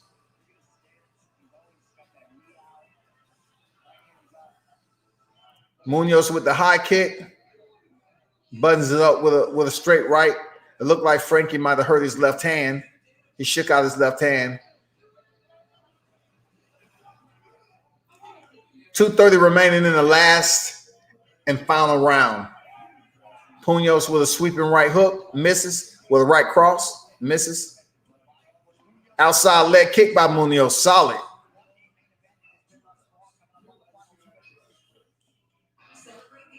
Working that lead leg of Frankie in the last round. He's working that outside leg kick right above on the thigh. Nice defense, you know, by Munoz. Frankie with the step in right uppercut lands. Pretty nice. Teep kick up the middle by Munoz. It's good action, but it's typical Edgar, you know. Munoz is pressuring. Oh, man, nice counter by Munoz. That was stiff. No wonder Frankie is winning the fight. Ooh. High kick attempt by Munoz. Barely misses Frankie's head. Nice pace, though. Nice pace. 1:25 remaining. Munoz looking solid, as always. He's still peppering that lead leg of Frankie's. Both fighters are bleeding. You know, the early rounds are showing right now. Oh, straight right hand knocks Munoz back. That's why they call him Frankie the Answer. He comes out of nowhere with the answer. I'm telling you, man. 50 seconds remaining, man. 50 seconds remaining. Good fight. Frankie's still sweeping the outside of the cage. And Munoz is the aggressor. He's in pursuit.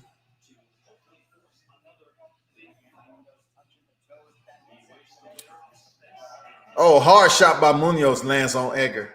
Takes it well. 20 seconds remaining.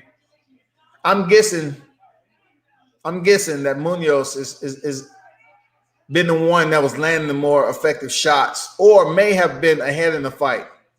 He looked the more stronger in the 5th round. Seriously. Oh, nice body kick. Then a reverse kick to end the fight. Munoz won that fight. So let me get back to Alida Alvarez.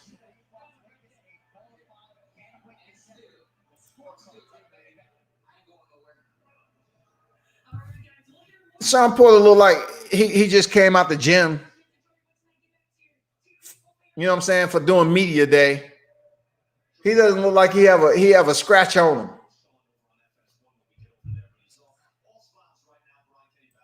Come on, man. Give me Alvarez and Smith now. Stop playing. Stop playing. Let's go. Oh, they're showing his knockout of Michael Seals. Man, that was bad. That was bad knockout. Ooh. Oh.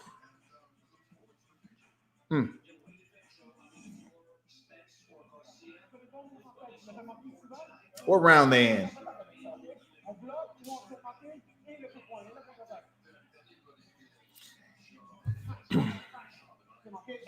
And by the way, Alvarez speaks pretty decent English. I know because I've spoken with him when I took a picture with him. It was originally scheduled for July 16th, but Alvarez was dealing with an injury to his right shoulder. A lot of these neighboring fighters, man. Man, Joe Smith, the aggressor. He comes out, get right in the face. Second round, y'all. Let me mute this.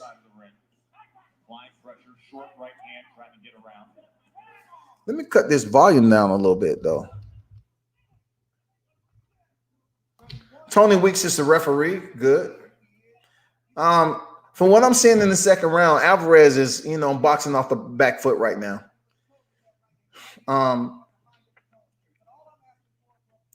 He's trying to use that right hand early. Joe Smith has that type of form where he's not being reckless, but he has his hands up because he knows what happened, what type of power Alvarez possesses. So long jab from Smith, long jab.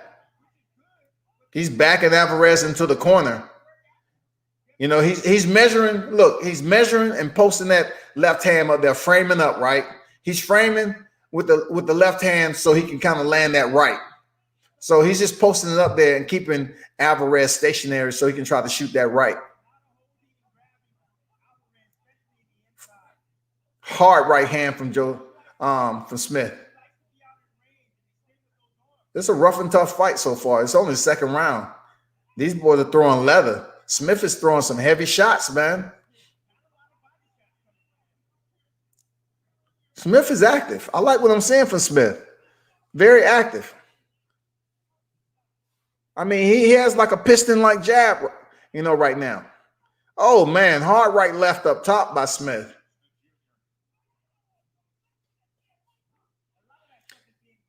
Oh, nice right hand out of nowhere by Alvarez. I'm not sure if he heard him. But that's what I'm talking about with Alvarez. He comes out of nowhere with that right hand. Oh, man, solid. He can't keep going back through it. Look, he just can't keep going back to the right hand, man, without setting it up just because, it's separation. You can't keep throwing that right hand like that. Man, that's a 12-round fight, man.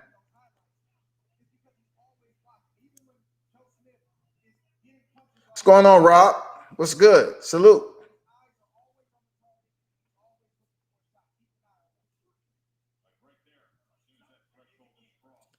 Said, rest in peace, Patrick Day. I knew the young angel. God bless you. I didn't know him, man, but I know y'all was repping him heavy over there. You know what I'm saying? Salute. Rest in peace, man. Blessings to Pat Day all day.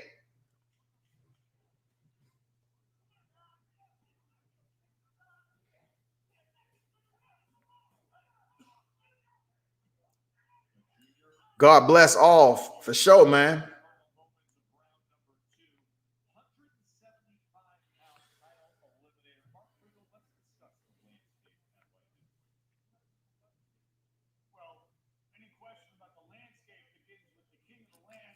I'm not sure what that means. You do live. What do you mean, Rob? Oh, now, what do you mean? Alvarez is ranked number 6 right now in the light heavyweight top 10, and Joe Smith number 9. Yeah, Joe is a bruiser, man. I like how he has his hands up and how he works himself on the inside with the jab and land his shots, man. He make them count.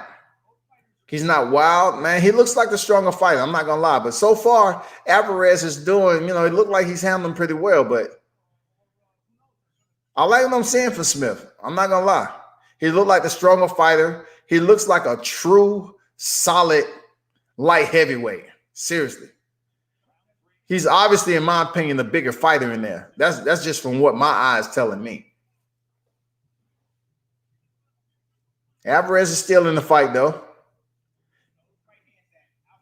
Alvarez, when he let his hands go, man, he looks good. He slipped under that left. Oh, man, he slipped that right, too. Let's see if he can keep that up as the fight go along. Because Smith looks strong, man. Smith looked very strong. Them boys landed some good, solid shots. Look at that left hook. Alvarez is taking it, though.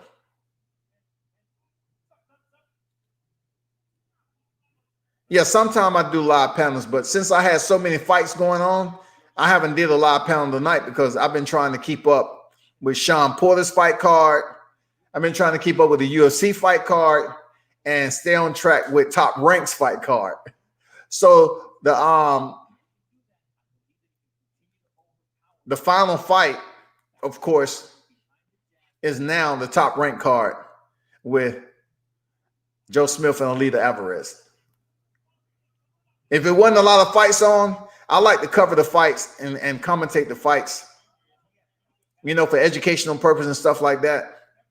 Sometimes a panel, you can talk forever and the fight just go on and nobody gets anything from it. You know what I'm saying? But I do, to answer your question, I do live panels. Nice stiff right hook by Smith. Oh, sneaky uppercut. I like it. Alvarez is sticking with his jab, man. He's on the I like the timepiece on this jab, man. How he's getting his timing down. Joe looks so strong, man. It seemed like when he throw his shots, man, they are with conviction.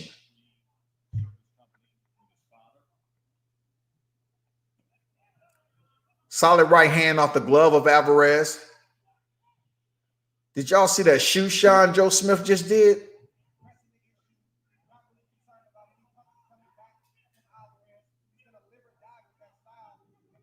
Alvarez seemed to be taking his shots pretty good, though. Alvarez saying, ain't no easy touch. But I like that shoe shine that Smith did. He was able to, you know, even put it on display in the third round. That means he has confidence in his cardio.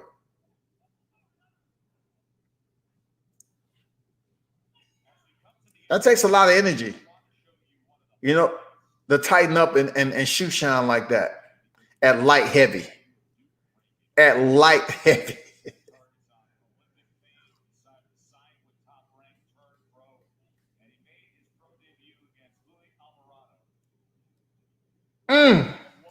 Woo.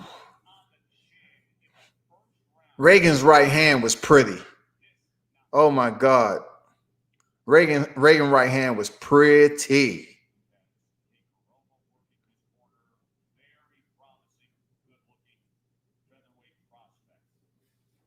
Dang.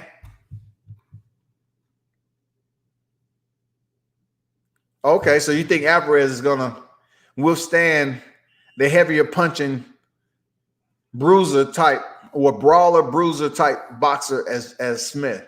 It's the fourth round. It's still a ways to go. Alvarez seemed like he's taking it pretty well. Smith starts out being first with the jab. He's first with the jab. Not just one jab, not just two, but three.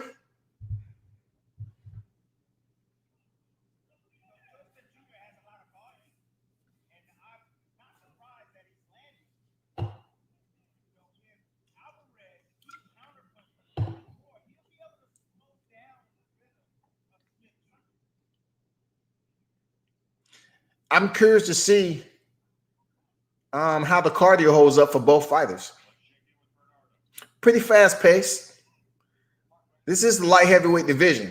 You know, it's crazy. You can look at all the light divisions earlier, and now you get to the light heavies, and they're pretty much throwing a high punch output like the lighter divisions. These guys are really have a pretty decent punch output. Look how Smith is digging with those shots, man. Smith is digging, man. He's putting a lot of effort.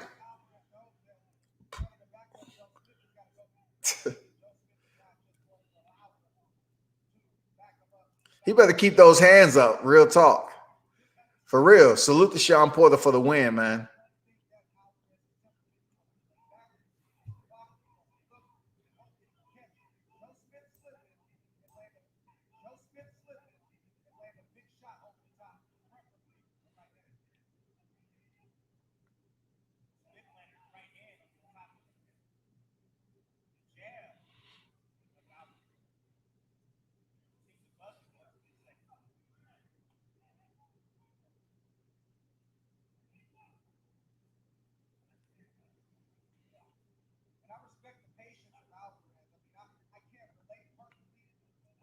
We have a minute remaining in this round.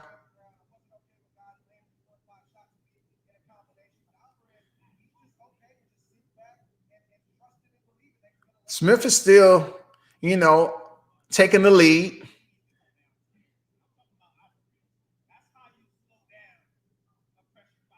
Alvarez may be able to withstand. Oh, hard right hand over the top. Smith seemed like, he's okay with it. You know what I'm saying? These guys is going at it. They exchanging very well. The stock market is good right now between these two. For real. No crowd in attendance. Sneaky left uppercut on the inside by Smith. Alvarez is showing his mettle, though. You know what I'm saying? He's showing his mettle. He's being patient. Oh, hard left by Alvarez. Smith at the end of the round, too. Hey. They showing Alexander Povetkin and Dillian Whyte KO. I could have told you.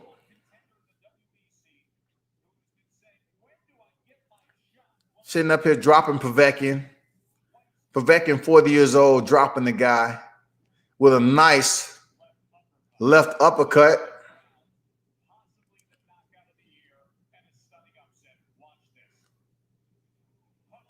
Man, he knocked out him with a nice left uppercut. He is sleep. That was worse than Tyson Fury. Damn, I know his brother Dean was like, shit. Damn. He's going to have to revise. I don't care if he asks for a rematch or not, man. Why are they talking about a goddamn rematch? Fight somebody else.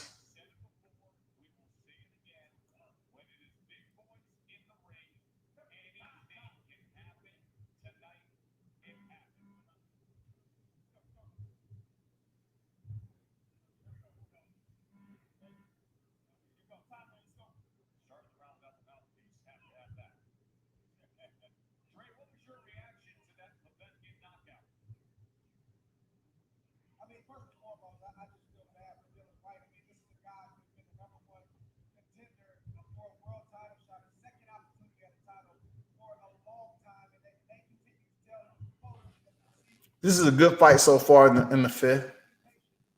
For what I'm looking at on here.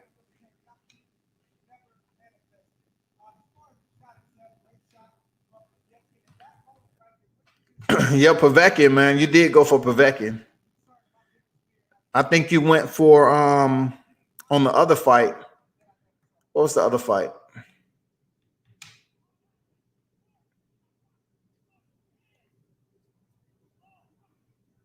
Nice step in uppercut. I know the other fight, I forgot what it was that you went, but you did go for Povetkin, though. You did go for him, for real.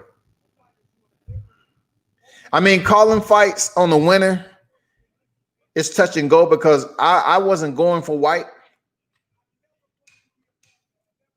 I just thought Povetkin had the better resume. Period. Regardless of him, both guys were stopped by Anthony Joshua in the 7th round. You know what I'm saying? So then I just look at the resume.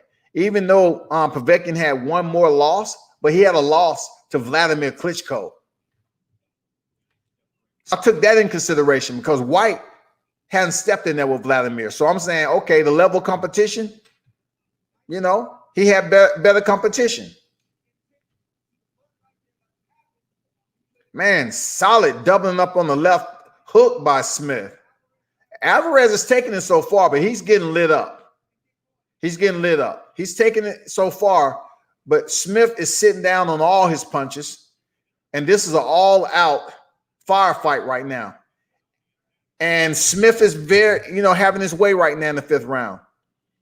Alvarez is tasting the leather right now. You know why he's tasting? Because Smith is feeding it to him. Shout out to H Money, Mr. Zone in the building, man. Salute to you. Make sure y'all check out his channel, man. The Real Devin Haney Podcast. Subscribe to the channel.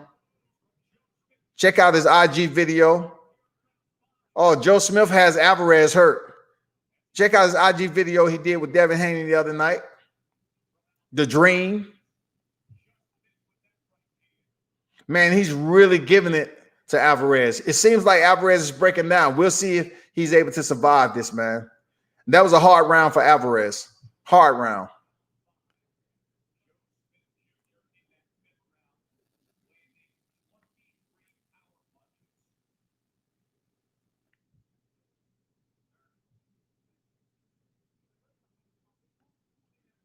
Yeah, the way it looked in this round, man, he had damn good success. I'm not gonna lie, he had damn good success in that.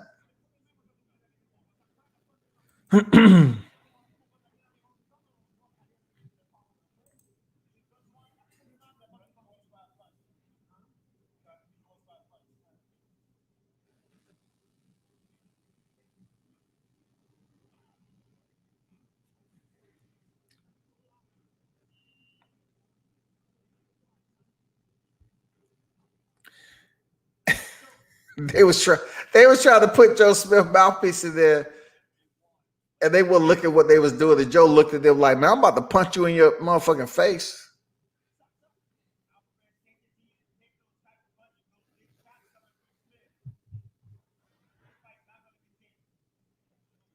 Let's see what Joe Smith is looking like he's separating himself from Alida Alvarez right now. So we'll see if Alvarez is able to recover. This is 6th round in a tough light heavyweight contest. Seriously, it's been entertaining. Man, Smith with that hard left hook right there. Alvarez is shown like he has a beard, but I'm not sure how long he can hold on to it. He's taking some serious punishment, man. This is the light heavyweight division. This ain't the welterweight, goddamn it. This ain't what we just seen for Sean Porter and Formella, goddamn it. Alvarez is still throwing. You know, he's bleeding from the nose, but he's still throwing. He's still actively trying to make some of this fight. Hey, Joe Smith is trying to damn knock his head into the stands, though. I know there's no people in attendance. He's trying to send him into the stands that's somewhere outside that bubble. He's sitting down on all his shots. He looks strong, though. He looks strong.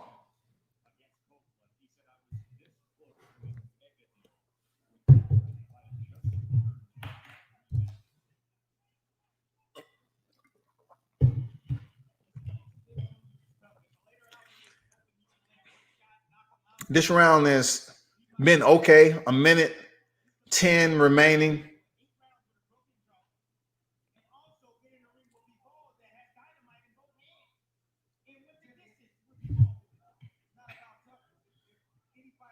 Nice overhand right by Alvarez, but he's bleeding pretty good. I'm not sure if his nose is broken, but he's bleeding pretty good. Smith ain't letting up on the dynamite. He ain't letting up on the dynamite. He has a whole satchel full of it. Every time he gets within range, he throws one of them. I haven't seen too many times where he haven't sat down on his punches this fight. Even his jab is stiff. You know what I'm saying? Alvarez is wearing this fight in the wrong way, man. Man, hard 2-punch combination by Smith.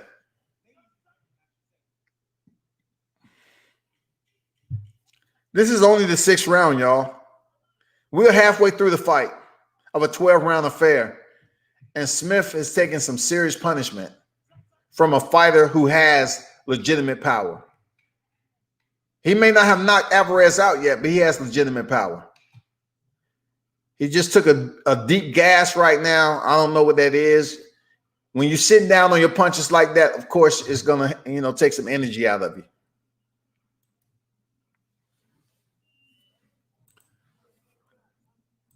guess it's the only thing that hasn't gone according to plan. Getting the mouthpiece in. That was the start of the last round.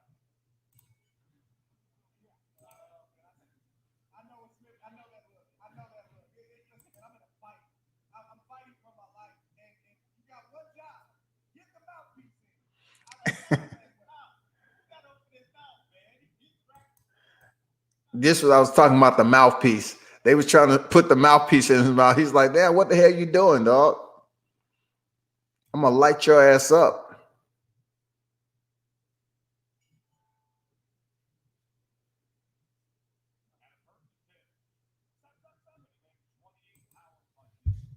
So we in round 7 from what I'm looking at.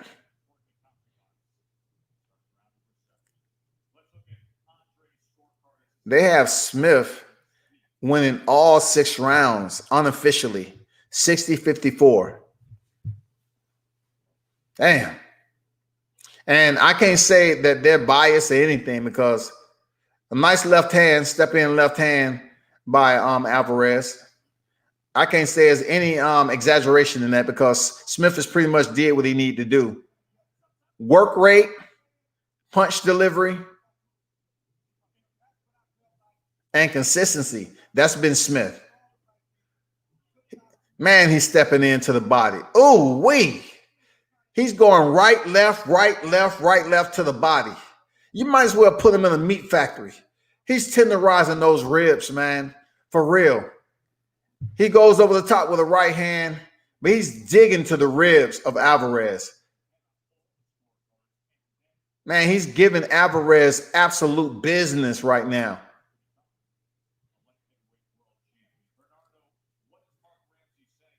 As long as Alvarez, is defensive, he's not going to be able to stop these shots. He's really taking a beating, man.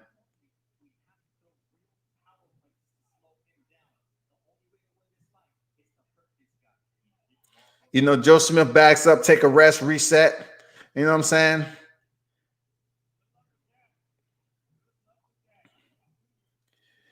It looks like he's trying to set up something. He's going to take a little breath. Working up on 1:05 remaining. Take a little breath. Oh, there you go. Alvarez landed that right hand. Smith stumbled just a little bit, but it was more so probably the momentum, the velocity of the shot. But that just goes to show you Alvarez can come out of nowhere with that right hand, man. Even though he's taking punishment, he's still effective right now.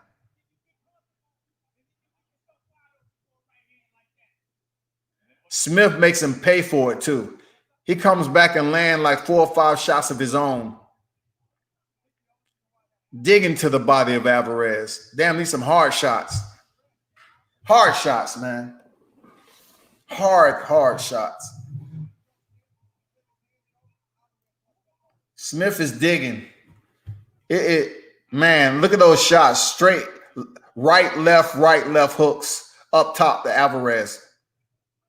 Now he's shoe-shining them off the ropes. Tony Weeks separate the fighters to close the round out. That was a Joe Smith round. What was Jess Hart thinking, saying he's going to go in there and defend the honor of Bernard Hopkins? How did that work out for you, Jess Hart?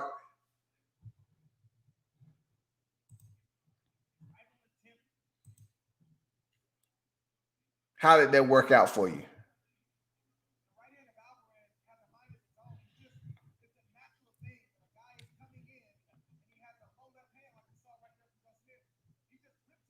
This is a pretty good fight, though.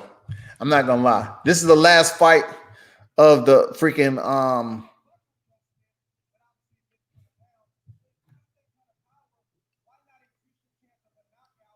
the 4-fight card, 3 boxing, 1 mixed martial arts. Bellator came on yesterday. And for those who've seen the knockout, I'll get to it with Ryan Bader. I actually watched the fight. I'll get to it a little bit later after this, though. To start the 8th round, man, Alvarez is in the corner. Smith is being the aggressor, as we've seen throughout the fight. He's still sitting down on most of his punches.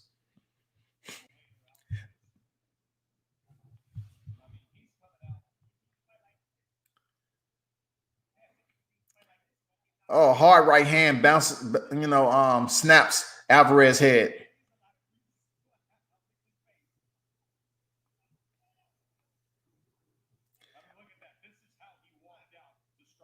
Wow, they have a lot of Vaseline on Alvarez's face. A lot.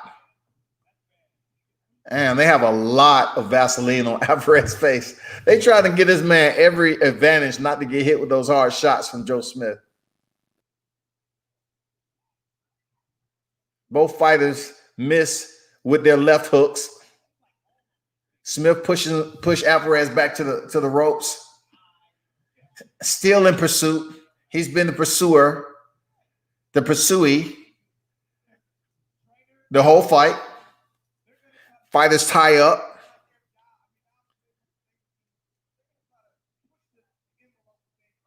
This is the 8th round, minute 35 remaining.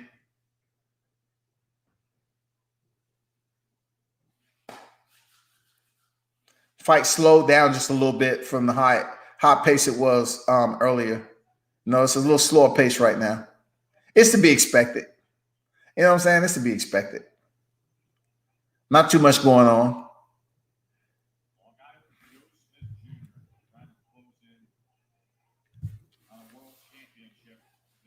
Is the fight in the later rounds over there where y'all looking at it or not?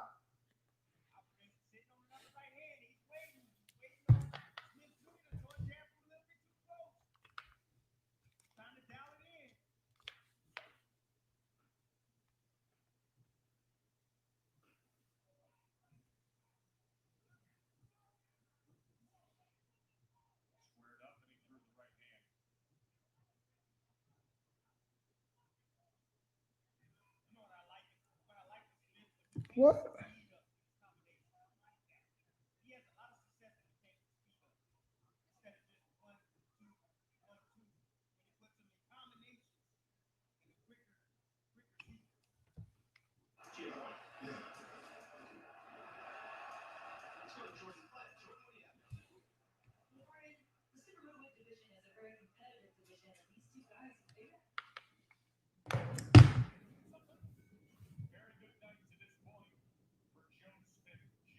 This is a wash, y'all. This is easy work. What's going on, Nation Money? How you feel, bro? What's up, World Combat? Salute. I'm chilling, man. Man, Joe Smith Jr. is a beast, man. He's dominating this fight. Joe Smith Jr., he got a lot of power. And if you don't know how to box, if you don't got a movement, Joe Smith Jr. is going to be hell for you, man. He showed that in a lot of his fights. I agree, man. If you don't have movement, yeah, man, he's going to come right to you and break you down. Real talk. I mean, Alvarez has pretty decent movement, but, Joe Smith has been the aggressor the entire fight. Let me I got to shut this down just a little bit. Hey, tell me what you thought about that Katie Taylor and Delphine Persoon fight, man. It was a good fight. It was close. I thought it was very close. I had it on my scorecards. To be honest, I had it as a draw. But I mean, I could see Katie Taylor getting a slight edge, but a unanimous decision and the wide margin they had it. I don't think it was. It was that. You know what I'm saying? I don't think she beat her up like that. To be honest, man, it was closer than that. Yeah, they wanted her to, of course, maintain their undefeated streak and set up another fight. You know how it is. What about that knockout, man? I wasn't so down. Dang, it's over. Wow. I just missed it, bro. It looked like he knocked him out the ring almost. Dang, I missed it. Damn, I'm sorry, man. Dang. Damn. I knew Joe Smith was gonna beat this dude, man. I knew it. Let me see. Let me take it back a little bit. I'm just gonna take it back a little bit so I can kind of see what actually went down so I can talk about it. He's been punishing Alvarez to fight. I mean, you saw that Vaseline they had on Alvarez fight, man. This is Dang.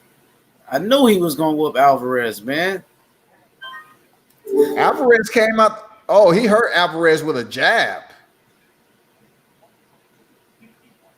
Man, Smith said, "Get off of me." Oh my God. What he hit him with? What was the last punch? It was so freaking quick, dog. Hey, Rob, the link is in the chat, Rob. He already dropped it. Let's see. Dang. How we finish him, world? What was it? Yeah, I'm looking at it right now. He tough, man. Joe Smith Jr. is tough. If you don't have no movement, if you don't have footwork, Joe Smith gonna be a problem for anybody. That's how Dimitri Bivol was able to outbox him because of his movement. So it was a right hand lead, world. Right hand lead, followed by a jab, put him out the ring. Pretty much. That's almost the same way that Alvarez knocked out his last opponent. They both went down and rested on the bottom rope. Yep. I knew it. I knew Joe Smith was going to get him. But see, Alvarez can box, but he's older now. So Alvarez is not really using his footwork anymore. So I knew Alvarez was going to be a stationary target for Joe Smith, and Joe Smith was going to get him. But shout out to Joe Smith Jr. with this great performance right here. He's probably going to get a title shot soon with what's his name? Better to Beef. Right hand, he's waiting. Yeah, Better Beef is he ain't no Alvarez. I'll tell you that. But he don't move too though. He just come forward. He's a bull. Like that's gonna be a slugfest. How you like that fight? He in with a left. That's gonna be a good fight. Better Beef is 15 knockouts, dog. Yeah, he about 38. He 30. He been dropped before, I think, by Liam. Was it Liam Williams or Liam Smith dropped him before? So he showed that he can get dropped. It'll be a good fight, man. It'll be a good fight. Hold up.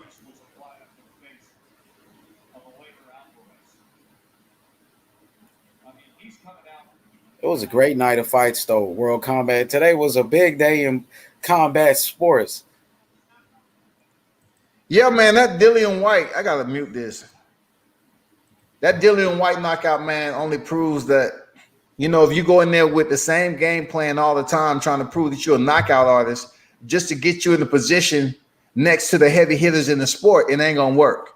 Because in the heavyweight division, one punch can change the game. And Povetkin showed that. Povetkin, he only has 2 losses, man. And he came back from being dropped twice. And a beautiful uppercut.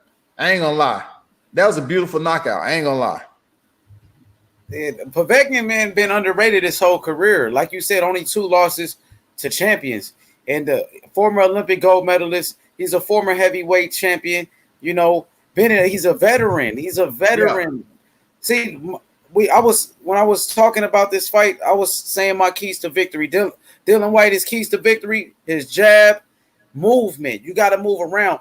One thing he was doing was using that jab, but he got comfortable. He was knocking him down and stuff. He was winning easily, so he stood in front of him. He didn't use the movement. Man, he was flat-footed. Povetkin, that pressure got to him. Yo, man. I mean, I don't see how Dillian Whyte can get comfortable with a former world champion and a guy who's been in there with the caliber competition that Povetkin has faced. If Dillian Whyte did get comfortable that early, he don't need to be in there. He needs to be where he was, and that was land beneath the front, the bottom rope. That's where he needs to be. You know, if he got complacent that early, shit, a 5th round stoppage, man, that's crazy, man. That's crazy. Yeah, they said they got a rematch going on with that. Yeah, I know, man. I heard he was pleading with Eddie Hearns to make a freaking rematch immediately after the fight. How? I mean, Povetkin should go on and fight somebody else. Just go fight somebody else.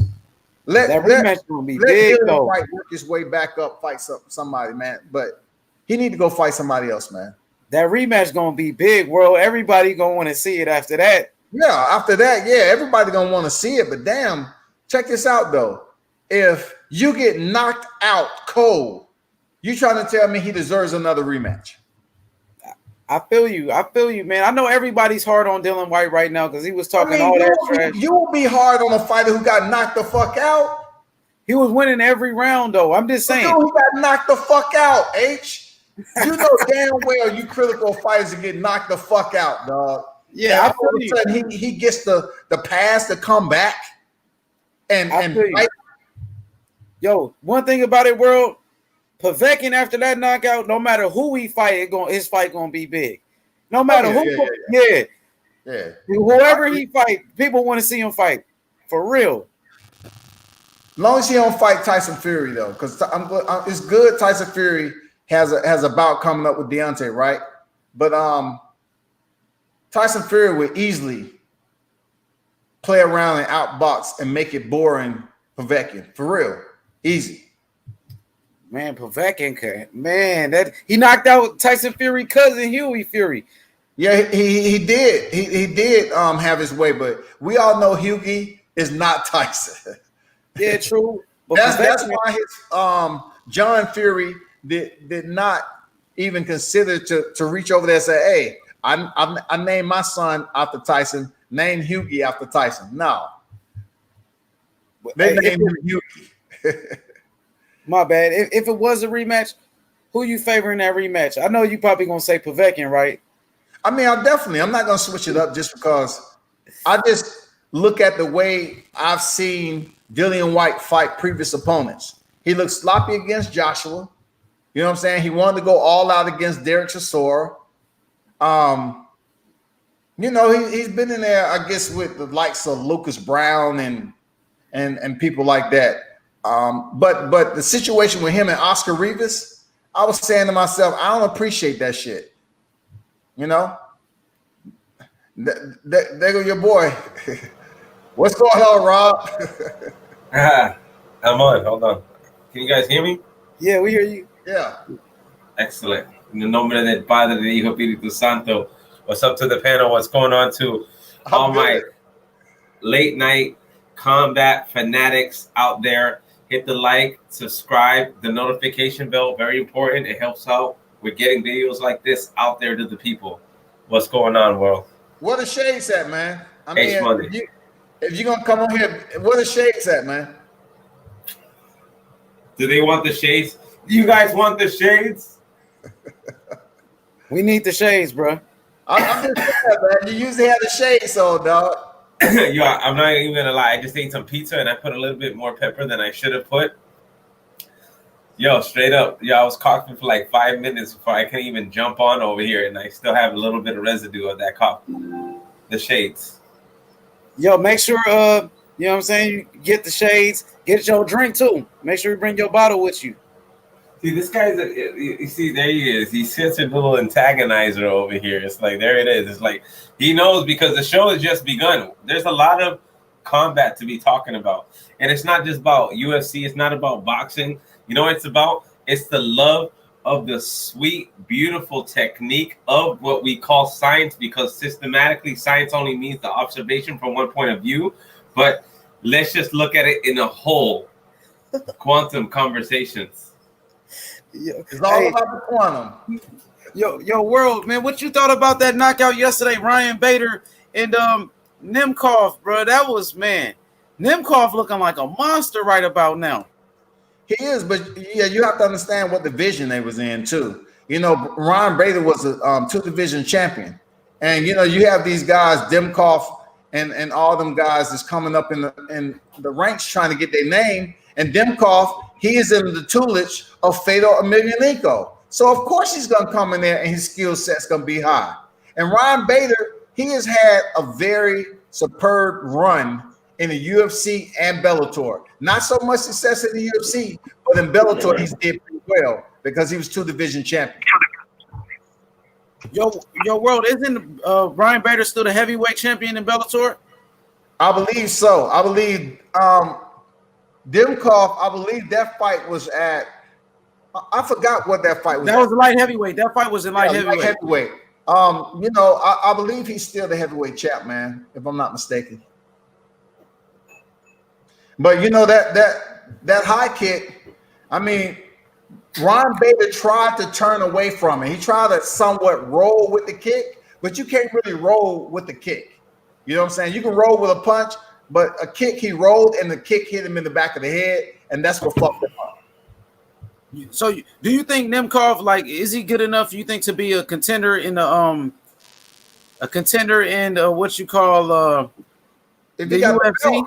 If he got UFC, for the UFC light heavyweight division, I don't know, man, because just because these fighters win in Bellator, they on a contract at Bellator, so they're not going to go over to the UFC.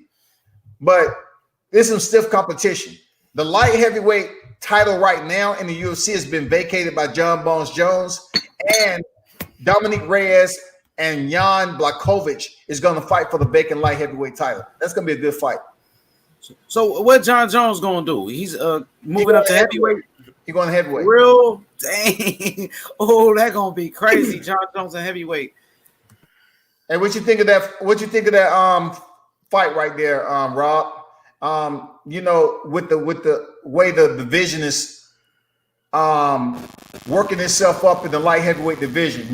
John Jones vacated his belt, and now Dominic Reyes, who I thought beat John Jones, he's going to fight Jan Blachowicz for the vacant fight. I thought Castillo and Maidana beat Mayweather, but that didn't happen. As simple as that goes. I mean, this is the longtime champion, one of the greatest of all times. Whatever he took drugs, didn't take drugs. I'm pretty sure that people back in the days that we consider legends, they were taking stuff that we don't even know about. Who knows? So I'm not going to sit there and try to judge a person by their actions or their faults, because we are always at fault, because we're always striving to perfect ourselves as human beings as we grow with age. I can only say with John Jones going up, it's good. I mean, the youngest champion, he's been champion for over a decade. He's went from generation to generation he went almost 3 generations of top fighters, top tiers. For somebody to even say that it's like, oh, John Jones just afraid of a rematch. It's kind of like, look at the track record. That's like saying Manny Pacquiao is afraid to fight somebody. Like, no, dude, this guy's he's a dog. You can't take something from somebody and be like, no, dude, he's making a power move. Not only that, if you look at what he did when he did it, it was very smart, because Anthony Johnson, which is this guy is a beast. Light heavyweight Anthony Johnson. If people look this dude up, this guy is a relentless, merciless champion. He never fought John Jones, though. Huh? He never fought John Jones, though. No, I know. John Jones go up, and Anthony Johnson already threw himself into the pool of USADA the same day. They're good friends. They're very good friends. That's why they faked like they were gonna fight in front of Dana White. That little video that happened, and that was tight. But that's what I'm telling you, is like they're close. They're more close friends than people even know. Yo, Anthony Johnson starts to dominate the light heavyweight. Then John Jones starts to dominate the heavyweight, and then boom, a super dream match, big money. Yo, John Jones to me vacated the title because it's like, I've been over 10 years. I want to see whoever wins the title. I want to see them defend it at least twice, and I'll be happy. At least twice, and I doubt it. Especially, especially Anthony Johnson is coming into the mix now. There's no Daniel Cormier. There's no John Jones. Who's going to stop this beast, bro? Who's going to stop this dude? I mean, he's Who? one Who's of the that? hardest punchers, okay, at light heavyweight. Of Anthony course. Johnson. Oh my Anthony Johnson. God, bro. Yo, he bounce. Yo, he hits people. Yo, they bounce off the air. That's how hard he hits people. I was surprised at how he stopped Alexander Gustafsson too. I was like, damn, that's the first time he ever fought Gustafsson, and he beat him down and stopped him. Yo, Anthony Johnson is a very serious thing. So I think not only John Jones did he move up where people would be like, all right, he moved up. Like, all right, people are respecting that. He's been a champion over a decade. Like, who's going to even pull that one off? So now you got John Jones moving up, but then people are like, oh, he's avoiding the rematch with that. No. Let's look at it business-wise. He's moving up. That dude now has all the pressure. It's like, oh, I wanted to fight John Jones again. I wanted to fight him again. He didn't get the chance. His mind is already set. It's like, I want to fight that guy again. But his mind is not even going to be focused on his first championship fight. And I think he's going to get KO'd. That's just my predictions right now. David Reyes gets KO'd in his the title belt bout. I called it right here, right now. Yo, en el nombre del Padre, del Hijo, Espíritu Santo. I see, because his mind is going to be so focused on Jones. I'm telling you, John Jones moved up. And you know what John Jones is going to do? He's going to go like this. And then he said he was going to beat me in a rematch. I'm telling you, it was a power move. Very smart by John Jones. Well, they gave Dominic Reyes a short notice for this fight with Blachowicz too. Now he's not having a full training camp. So if he gets stopped, it won't just be solely on the power of Blachowicz. It'll be because he had a short training camp too. Hey, these are the risks you take, like playing the lottery. Yeah. You know, these are the risks you take. And as a fighter, it's like, oh, if people are, it's kind of like if you're living off the streets and you're in the streets and all of a sudden somebody offers you a job and it's like, all right, well, you're going to be digging holes for 20 hours straight, no sleep. It's kind of like, man, I really have nothing. I need to do this. I need to take, these fighters are going to take what UFC is going to offer them. I don't care if it's a week, 2 weeks. They don't care. They're there to make money. It's the money business. Shout out to H Money. It's the money business. And that's what I'm talking about, that everything systematically is broken down by governments, is broken down by corruption, is broken down by everything that is the opposite of what we want in order for it to be selling or sellable to anybody that is neutral or consumable to those things. And therefore, before that. You know what is a problem with Anthony Johnson that I don't like is that, Daniel Cormier is not a black belt in jiu-jitsu. He's not even a brown belt in jiu-jitsu. You know what I'm saying? He's not even a purple belt, but yet he was able to sub out Anthony Johnson twice. That's a problem for me if he's going to try to step in there with the top tier in the light heavyweight division when it comes to his jiu-jitsu game. If he don't knock him out and they change levels and take him down, what next? Thiago Santos, black belt. You know what I'm saying? That's a problem. All right. That's a very good point. Absolutely. I looked at Anthony Johnson's record the other day when I Googled it because I wanted to see when he's coming back. And I just wanted to do a little bit of research and understand exactly who did he lose to, what's going on. He's usually lost on the floor by submission, rear naked choke. Yep, That's most of his losses are based on that. But this is what's even more unique about this. This is the intangibles that we got to throw in. The intangible is what makes the dynamic of its boxing is, it's stand up. It's from the waist up. But in UFC, we got to throw in so many different other mathematics and statistics and calculations that, to me, the wrestlers that are left, Thiago Santos, he didn't even try to wrestle with John Jones that much himself. Everybody right now in the light heavy are all stand up, want to punch, fist to cuff fighters. So I see Anthony Johnson, knocking out. He's going to be clocking in so many people. I can't wait for this dude's comeback. He's going to clock in the first round, boom, and he's going to be like, what? Like, Anthony Johnson he's the dude's an animal, bro. The dude's an animal.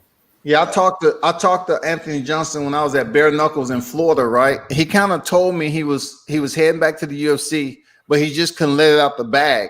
If you look at the interview, I asked him, I say, hey, we're going to see you back in the UFC. I kind of got word that you head back. And he said, maybe. But I've already gotten word that he is coming back. But he had to wait till everything was right. He just couldn't put it out there because he was at Bare Knuckles at the time. So some people thought he was going to do Bare Knuckles, but yet he was in the process of working and making sure the time was right to return back to the UFC. So now that DC is out, he moved up to heavyweight. That's one of his biggest threats. That's gone. He subbed him out twice. Now he can go back to the UFC, to the light heavyweight division. Now that John Jones has moved to the heavyweight, it's a perfect time. It's a perfect. Muy bien. What you think about the H Money? Yo, man, what's up with Anthony Johnson? I thought he was with bare knuckles. So he coming back to the UFC? He was just working. He was just working with both. Look how big he is, though. World Combat. How we gonna get down to 205? You see how big he wasn't at the man. He got gained a lot of weight. Yeah, he get big like that. Look, he was big when he was fighting at a lighter weight. He used to get big in between fights, but he should have no problem making 205. Man, Anthony Johnson got power, but you got to watch out for these young guys, man. Dominic Reyes is tall as hell, man. I don't know. Dominic Reyes will get Dominic Reyes first round gone. Anthony Johnson is the hardest puncher. I'm telling you, in the light heavyweight, it's crazy, bro. H Money. If you don't know who Anthony Johnson is, I know who he is, man. He came up at was he a middleweight at first? The dude's wasn't he like a middleweight at first? Yeah, he don't clock people in. Like, dude, when you see people's heads bounce off the air, you know that they got hit mad hard. That's what I'm saying. Like the air, it like bounces off their skull like they're hitting the ground, but they're still in the air. That's how hard they do punches. Yo. Like this dude's crazy, bro. This dude's like the Mike Tyson. How long has he been out the UFC though? He been out for a while, right? Like 3-4 years. 3-4 years. Yeah, man, that's a long time, bro. That's a long time. I know some people got that thing though. They got that special sauce. They got that, that listen, people came from big layers off. I seen Floyd Mayweather do it. I seen Manny Pacquiao do it. I seen the greatest do it. They come from layoffs and then boom, they're still there. They're intact. It all depends on the mind. Everything is the design of the mind. Never actually entwine yourself. Never put barbed wire type mindsets. You know what I mean? You have to always keep your mind clear. When you keep your mind clear, I'm telling you, you can do anything that you want. And those people, their mind works very different from ours. Right now, we have our opinions, perspectives, our points of views, our understandings, and the way that we think because our factual memories of our existence, of us growing up. I can only tell you this, that within my own understanding, to even give you such an explanation, is that some people are just born with the clarity in their head. For sure. I just think these young guys going to be too much for Anthony Johnson in that layoff. Come on, man. That layoff, how many years? 4 years. World Combat Sports, 4 years Anthony Johnson been out the octagon, bro. Man, them young lions going to be on him, man. For real. I mean, they're not going to be on him like you think with somebody who possessed that knockout power. This dude is crazy. Anthony Johnson's still training. Still training. This nigga would knock out an Ngannou, bro. Like, he can hit hard. Like, Anthony Johnson, like I said, he bounces heads off the air. That's how hard he hits. I would like to see Anthony Johnson, Francis Ngannou. That'll be good. But they're trying to set up. You're making me get up and everything. Did he just go there? Wow. That would be an insane. I need to get up. This dude needs to get up. I need to walk around the house and everything. I would like to see Francis Ngannou and Anthony Johnson. That shit would be absolutely insane, man. Crazy. I'm walking around in the World, I got a question. How you think John Jones going to do at heavyweight? He's going to do well, man, because he's one of the most all-around fighters. I believe he stepped up to heavyweight because, for one, he had a tough fight with Thiago. Let me back up. He had a tough fight with Anthony Smith. He didn't finish him. He had a tough fight with Thiago Santos. They had a torn ACL, MCL, PCL. He didn't finish him. And then he had a tough fight with Dominic Reyes. So he's saying, damn, these guys getting a little bit quick, faster. It's about time for me, being that he's ruled for quite some time. He has Rashad Evans on his record, Mauricio Hua, Lyoto Machida. John Jones' record? John Jones' record? Oh, my goodness. Go continue, please. Bless the people. Let them know. John Jones' record. Alexander Gustafsson twice. Rampage Jackson. Daniel Cormier twice. Rampage Jackson. The dude has a list of who's who. Rashad Evans. UFC, man. Hey, battle tested. Only combat experience makes a combat soldier. Only battle experience makes a combat soldier. Therefore, you can play it off and be in front of your friends and be a part of the army and be a soldier and think that they are the greatest soldier.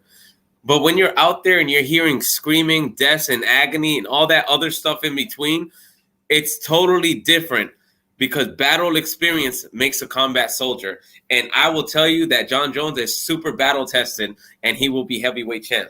I'm saying it right now. En el nombre del Padre, Hijo, Espíritu Santo.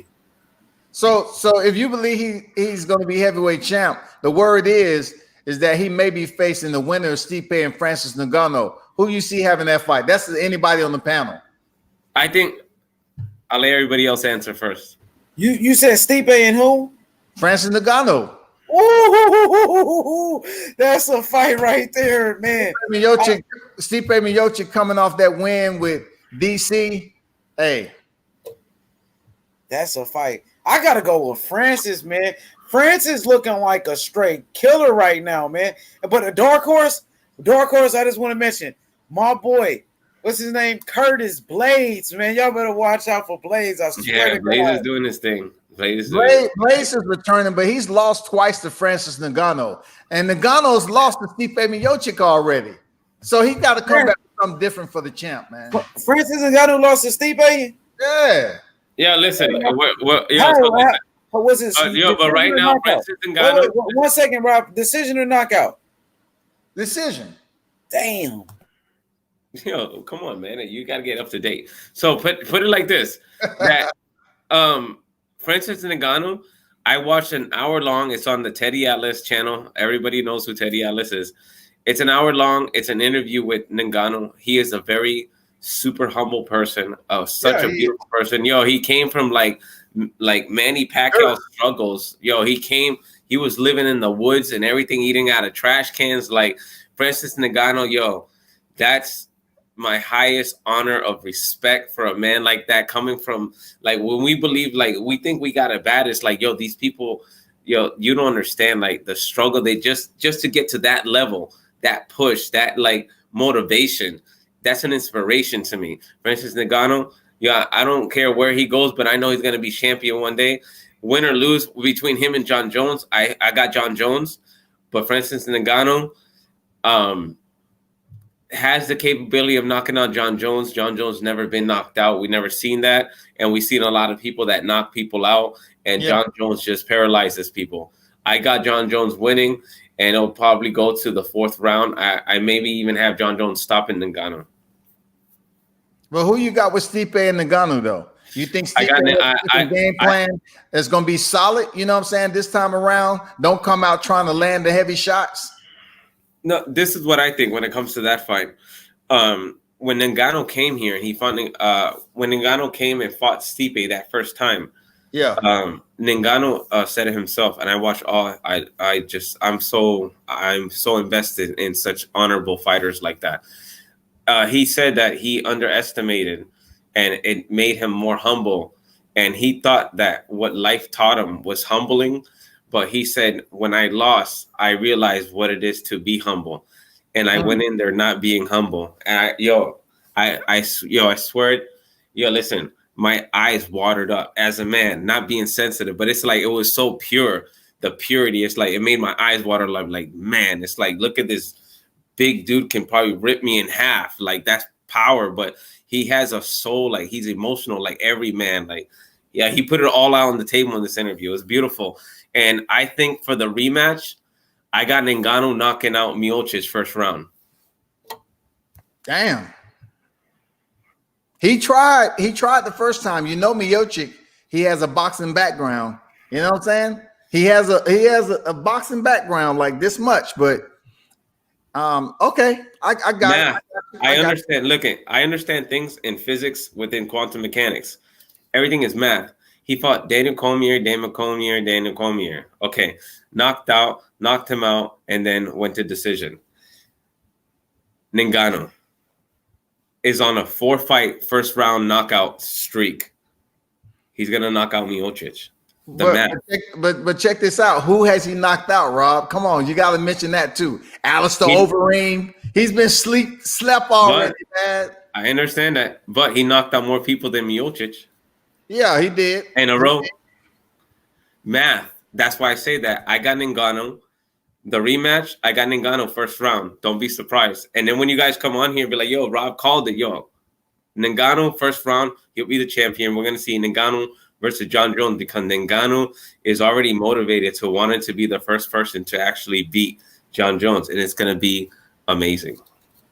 Hey H, what you think about Paulo Costa, Israel Adesanya, man? Woo, man, I think that's gonna be the best you heating That's up next- over here, hey, Will. that's this week. That's this week coming up, man. Yeah. We heating is up this right week now. coming up? Wait. That fight is coming up this Saturday? Yep. Oh my God. I think that's gonna be the greatest fight in UFC history, man. Man, that's gonna be fire. That's gonna be fire, man. I got Costa, bro. Costa gonna knock him out. Costa is a beast. He's like, man, you remember that video game Street Fighter? He like Ken and Ryu, one of them cats, like one of those man. He got crazy ass hands, crazy kicks. That dude is a fucking beast, bro. He gonna knock out Izzy. I'm not gonna say.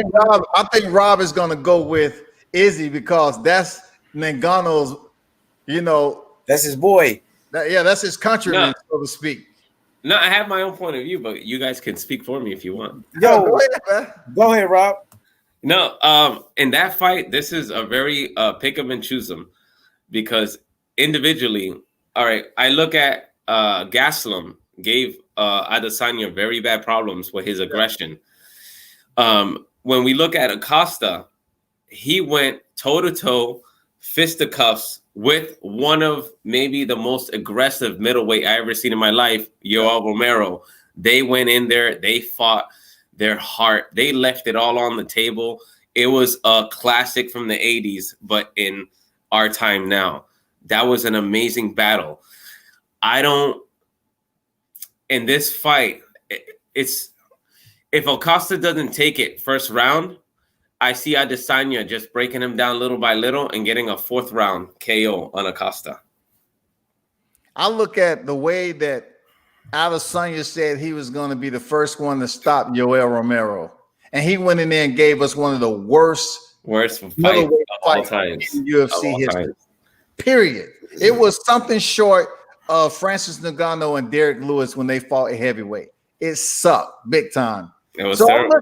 Hey, both of these fighters has fought Yoel Romero, so I'm looking forward to both of them coming in there and giving us a show. No, Paulo Costa is not going to sit. Romero and I think Adesanya, I think their ego, they both kind of buckled and they didn't freeze because they're in there to fight, but they kind of froze. It's like, yo, listen, it's like, I'm afraid to get knocked out. You're afraid to get knocked out. So we're really like, we're going to act like we're going to try, but it's like, honestly, I'm not going to put myself out there because I'm not trying to get knocked out. And I think they were still in the same frequency of vibration of understanding that they knew it's like, man, you can flash me. It's like, man, this guy can knock me out. And I think that the power of so much greatness, I think that it just blew off the energy because there was just too much respect for each other. And they don't believe it, but psychologically understanding it, through analysis by paralysis, they had that much respect that we just didn't get what we expected. It's because they're like perfect dynamic opposites, and it just didn't happen. But with Acosta's going to bring the fight like Gaslam. This can go one or two ways. Acosta takes it by first round KO of Adesanya, or it's going to be prolonged and he's going to break him down fourth round Adesanya. It will not go to decision. Not this one. Yo, World, who they got on the undercard on that one, World Combat?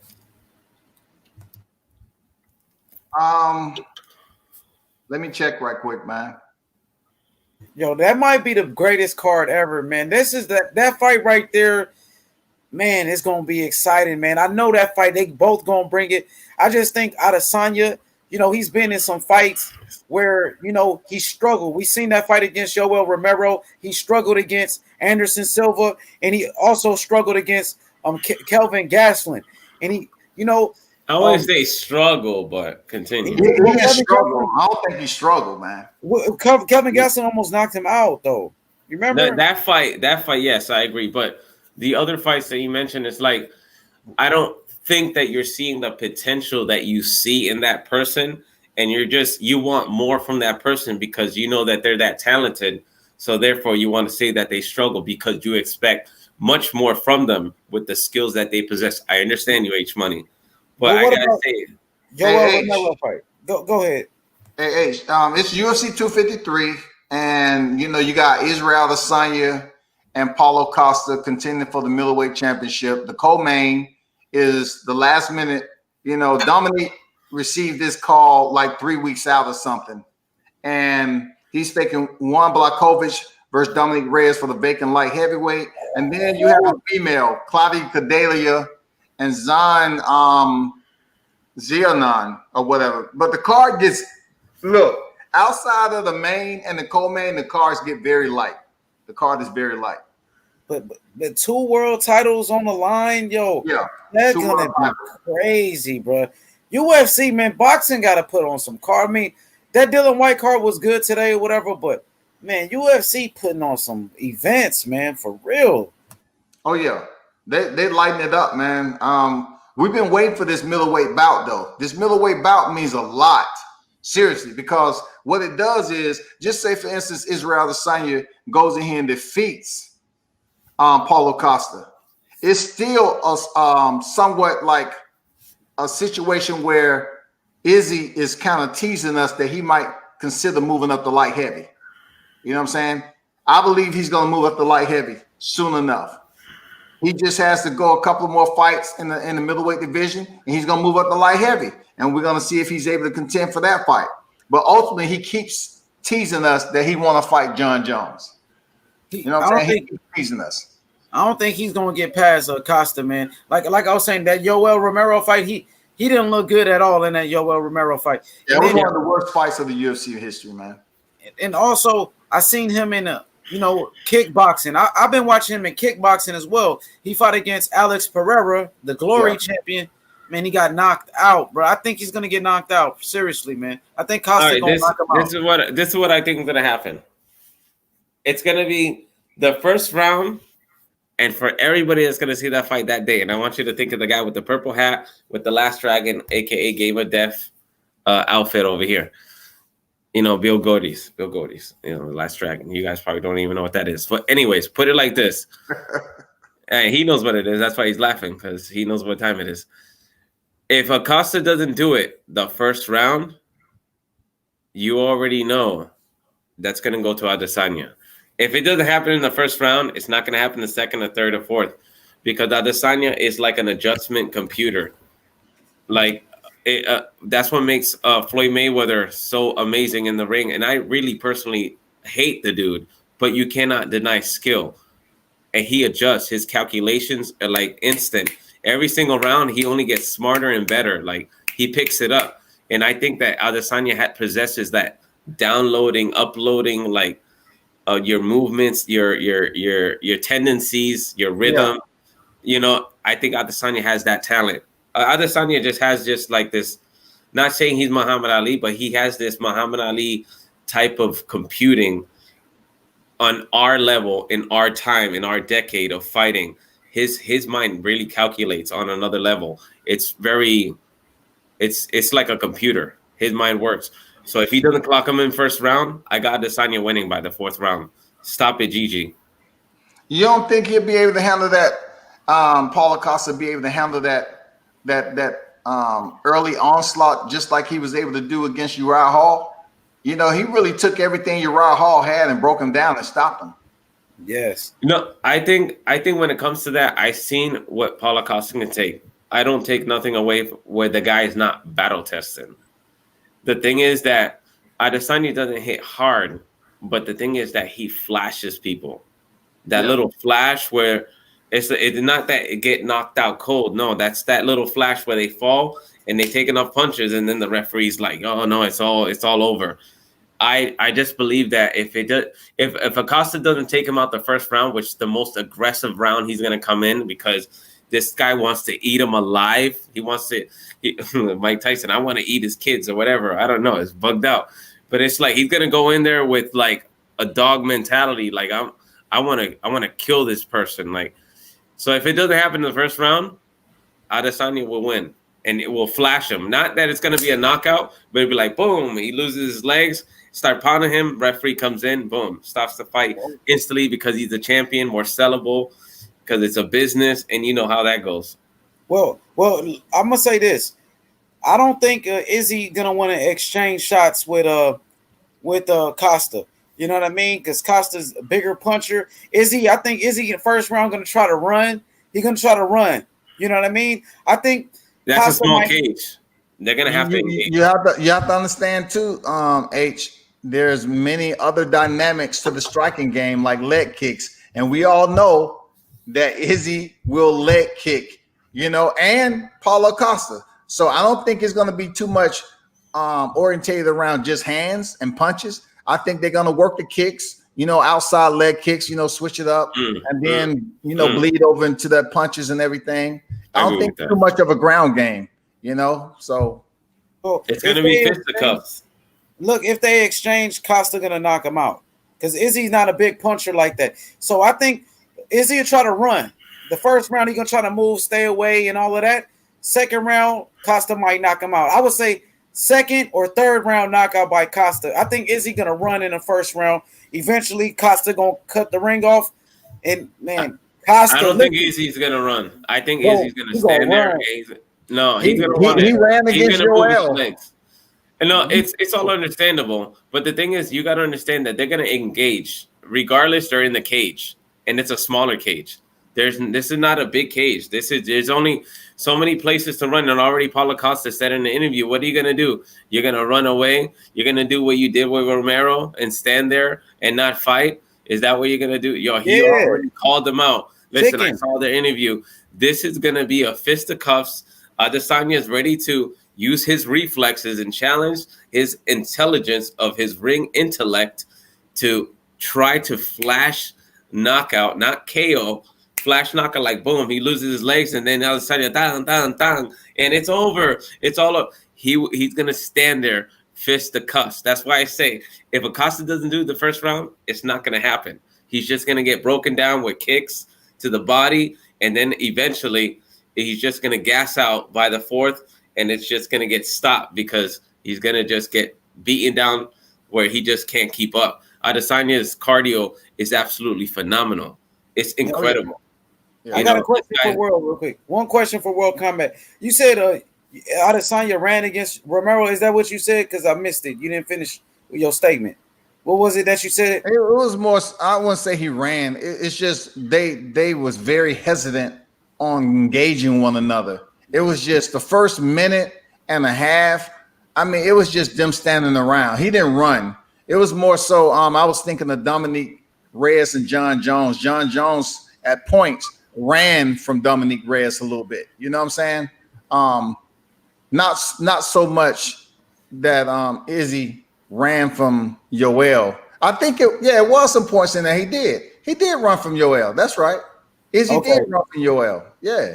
Okay, man. I'm enjoying the conversation. I'm gonna fall back. I want to listen to you brothers chop it up. I'm about to bounce. It's like 12:05 over here.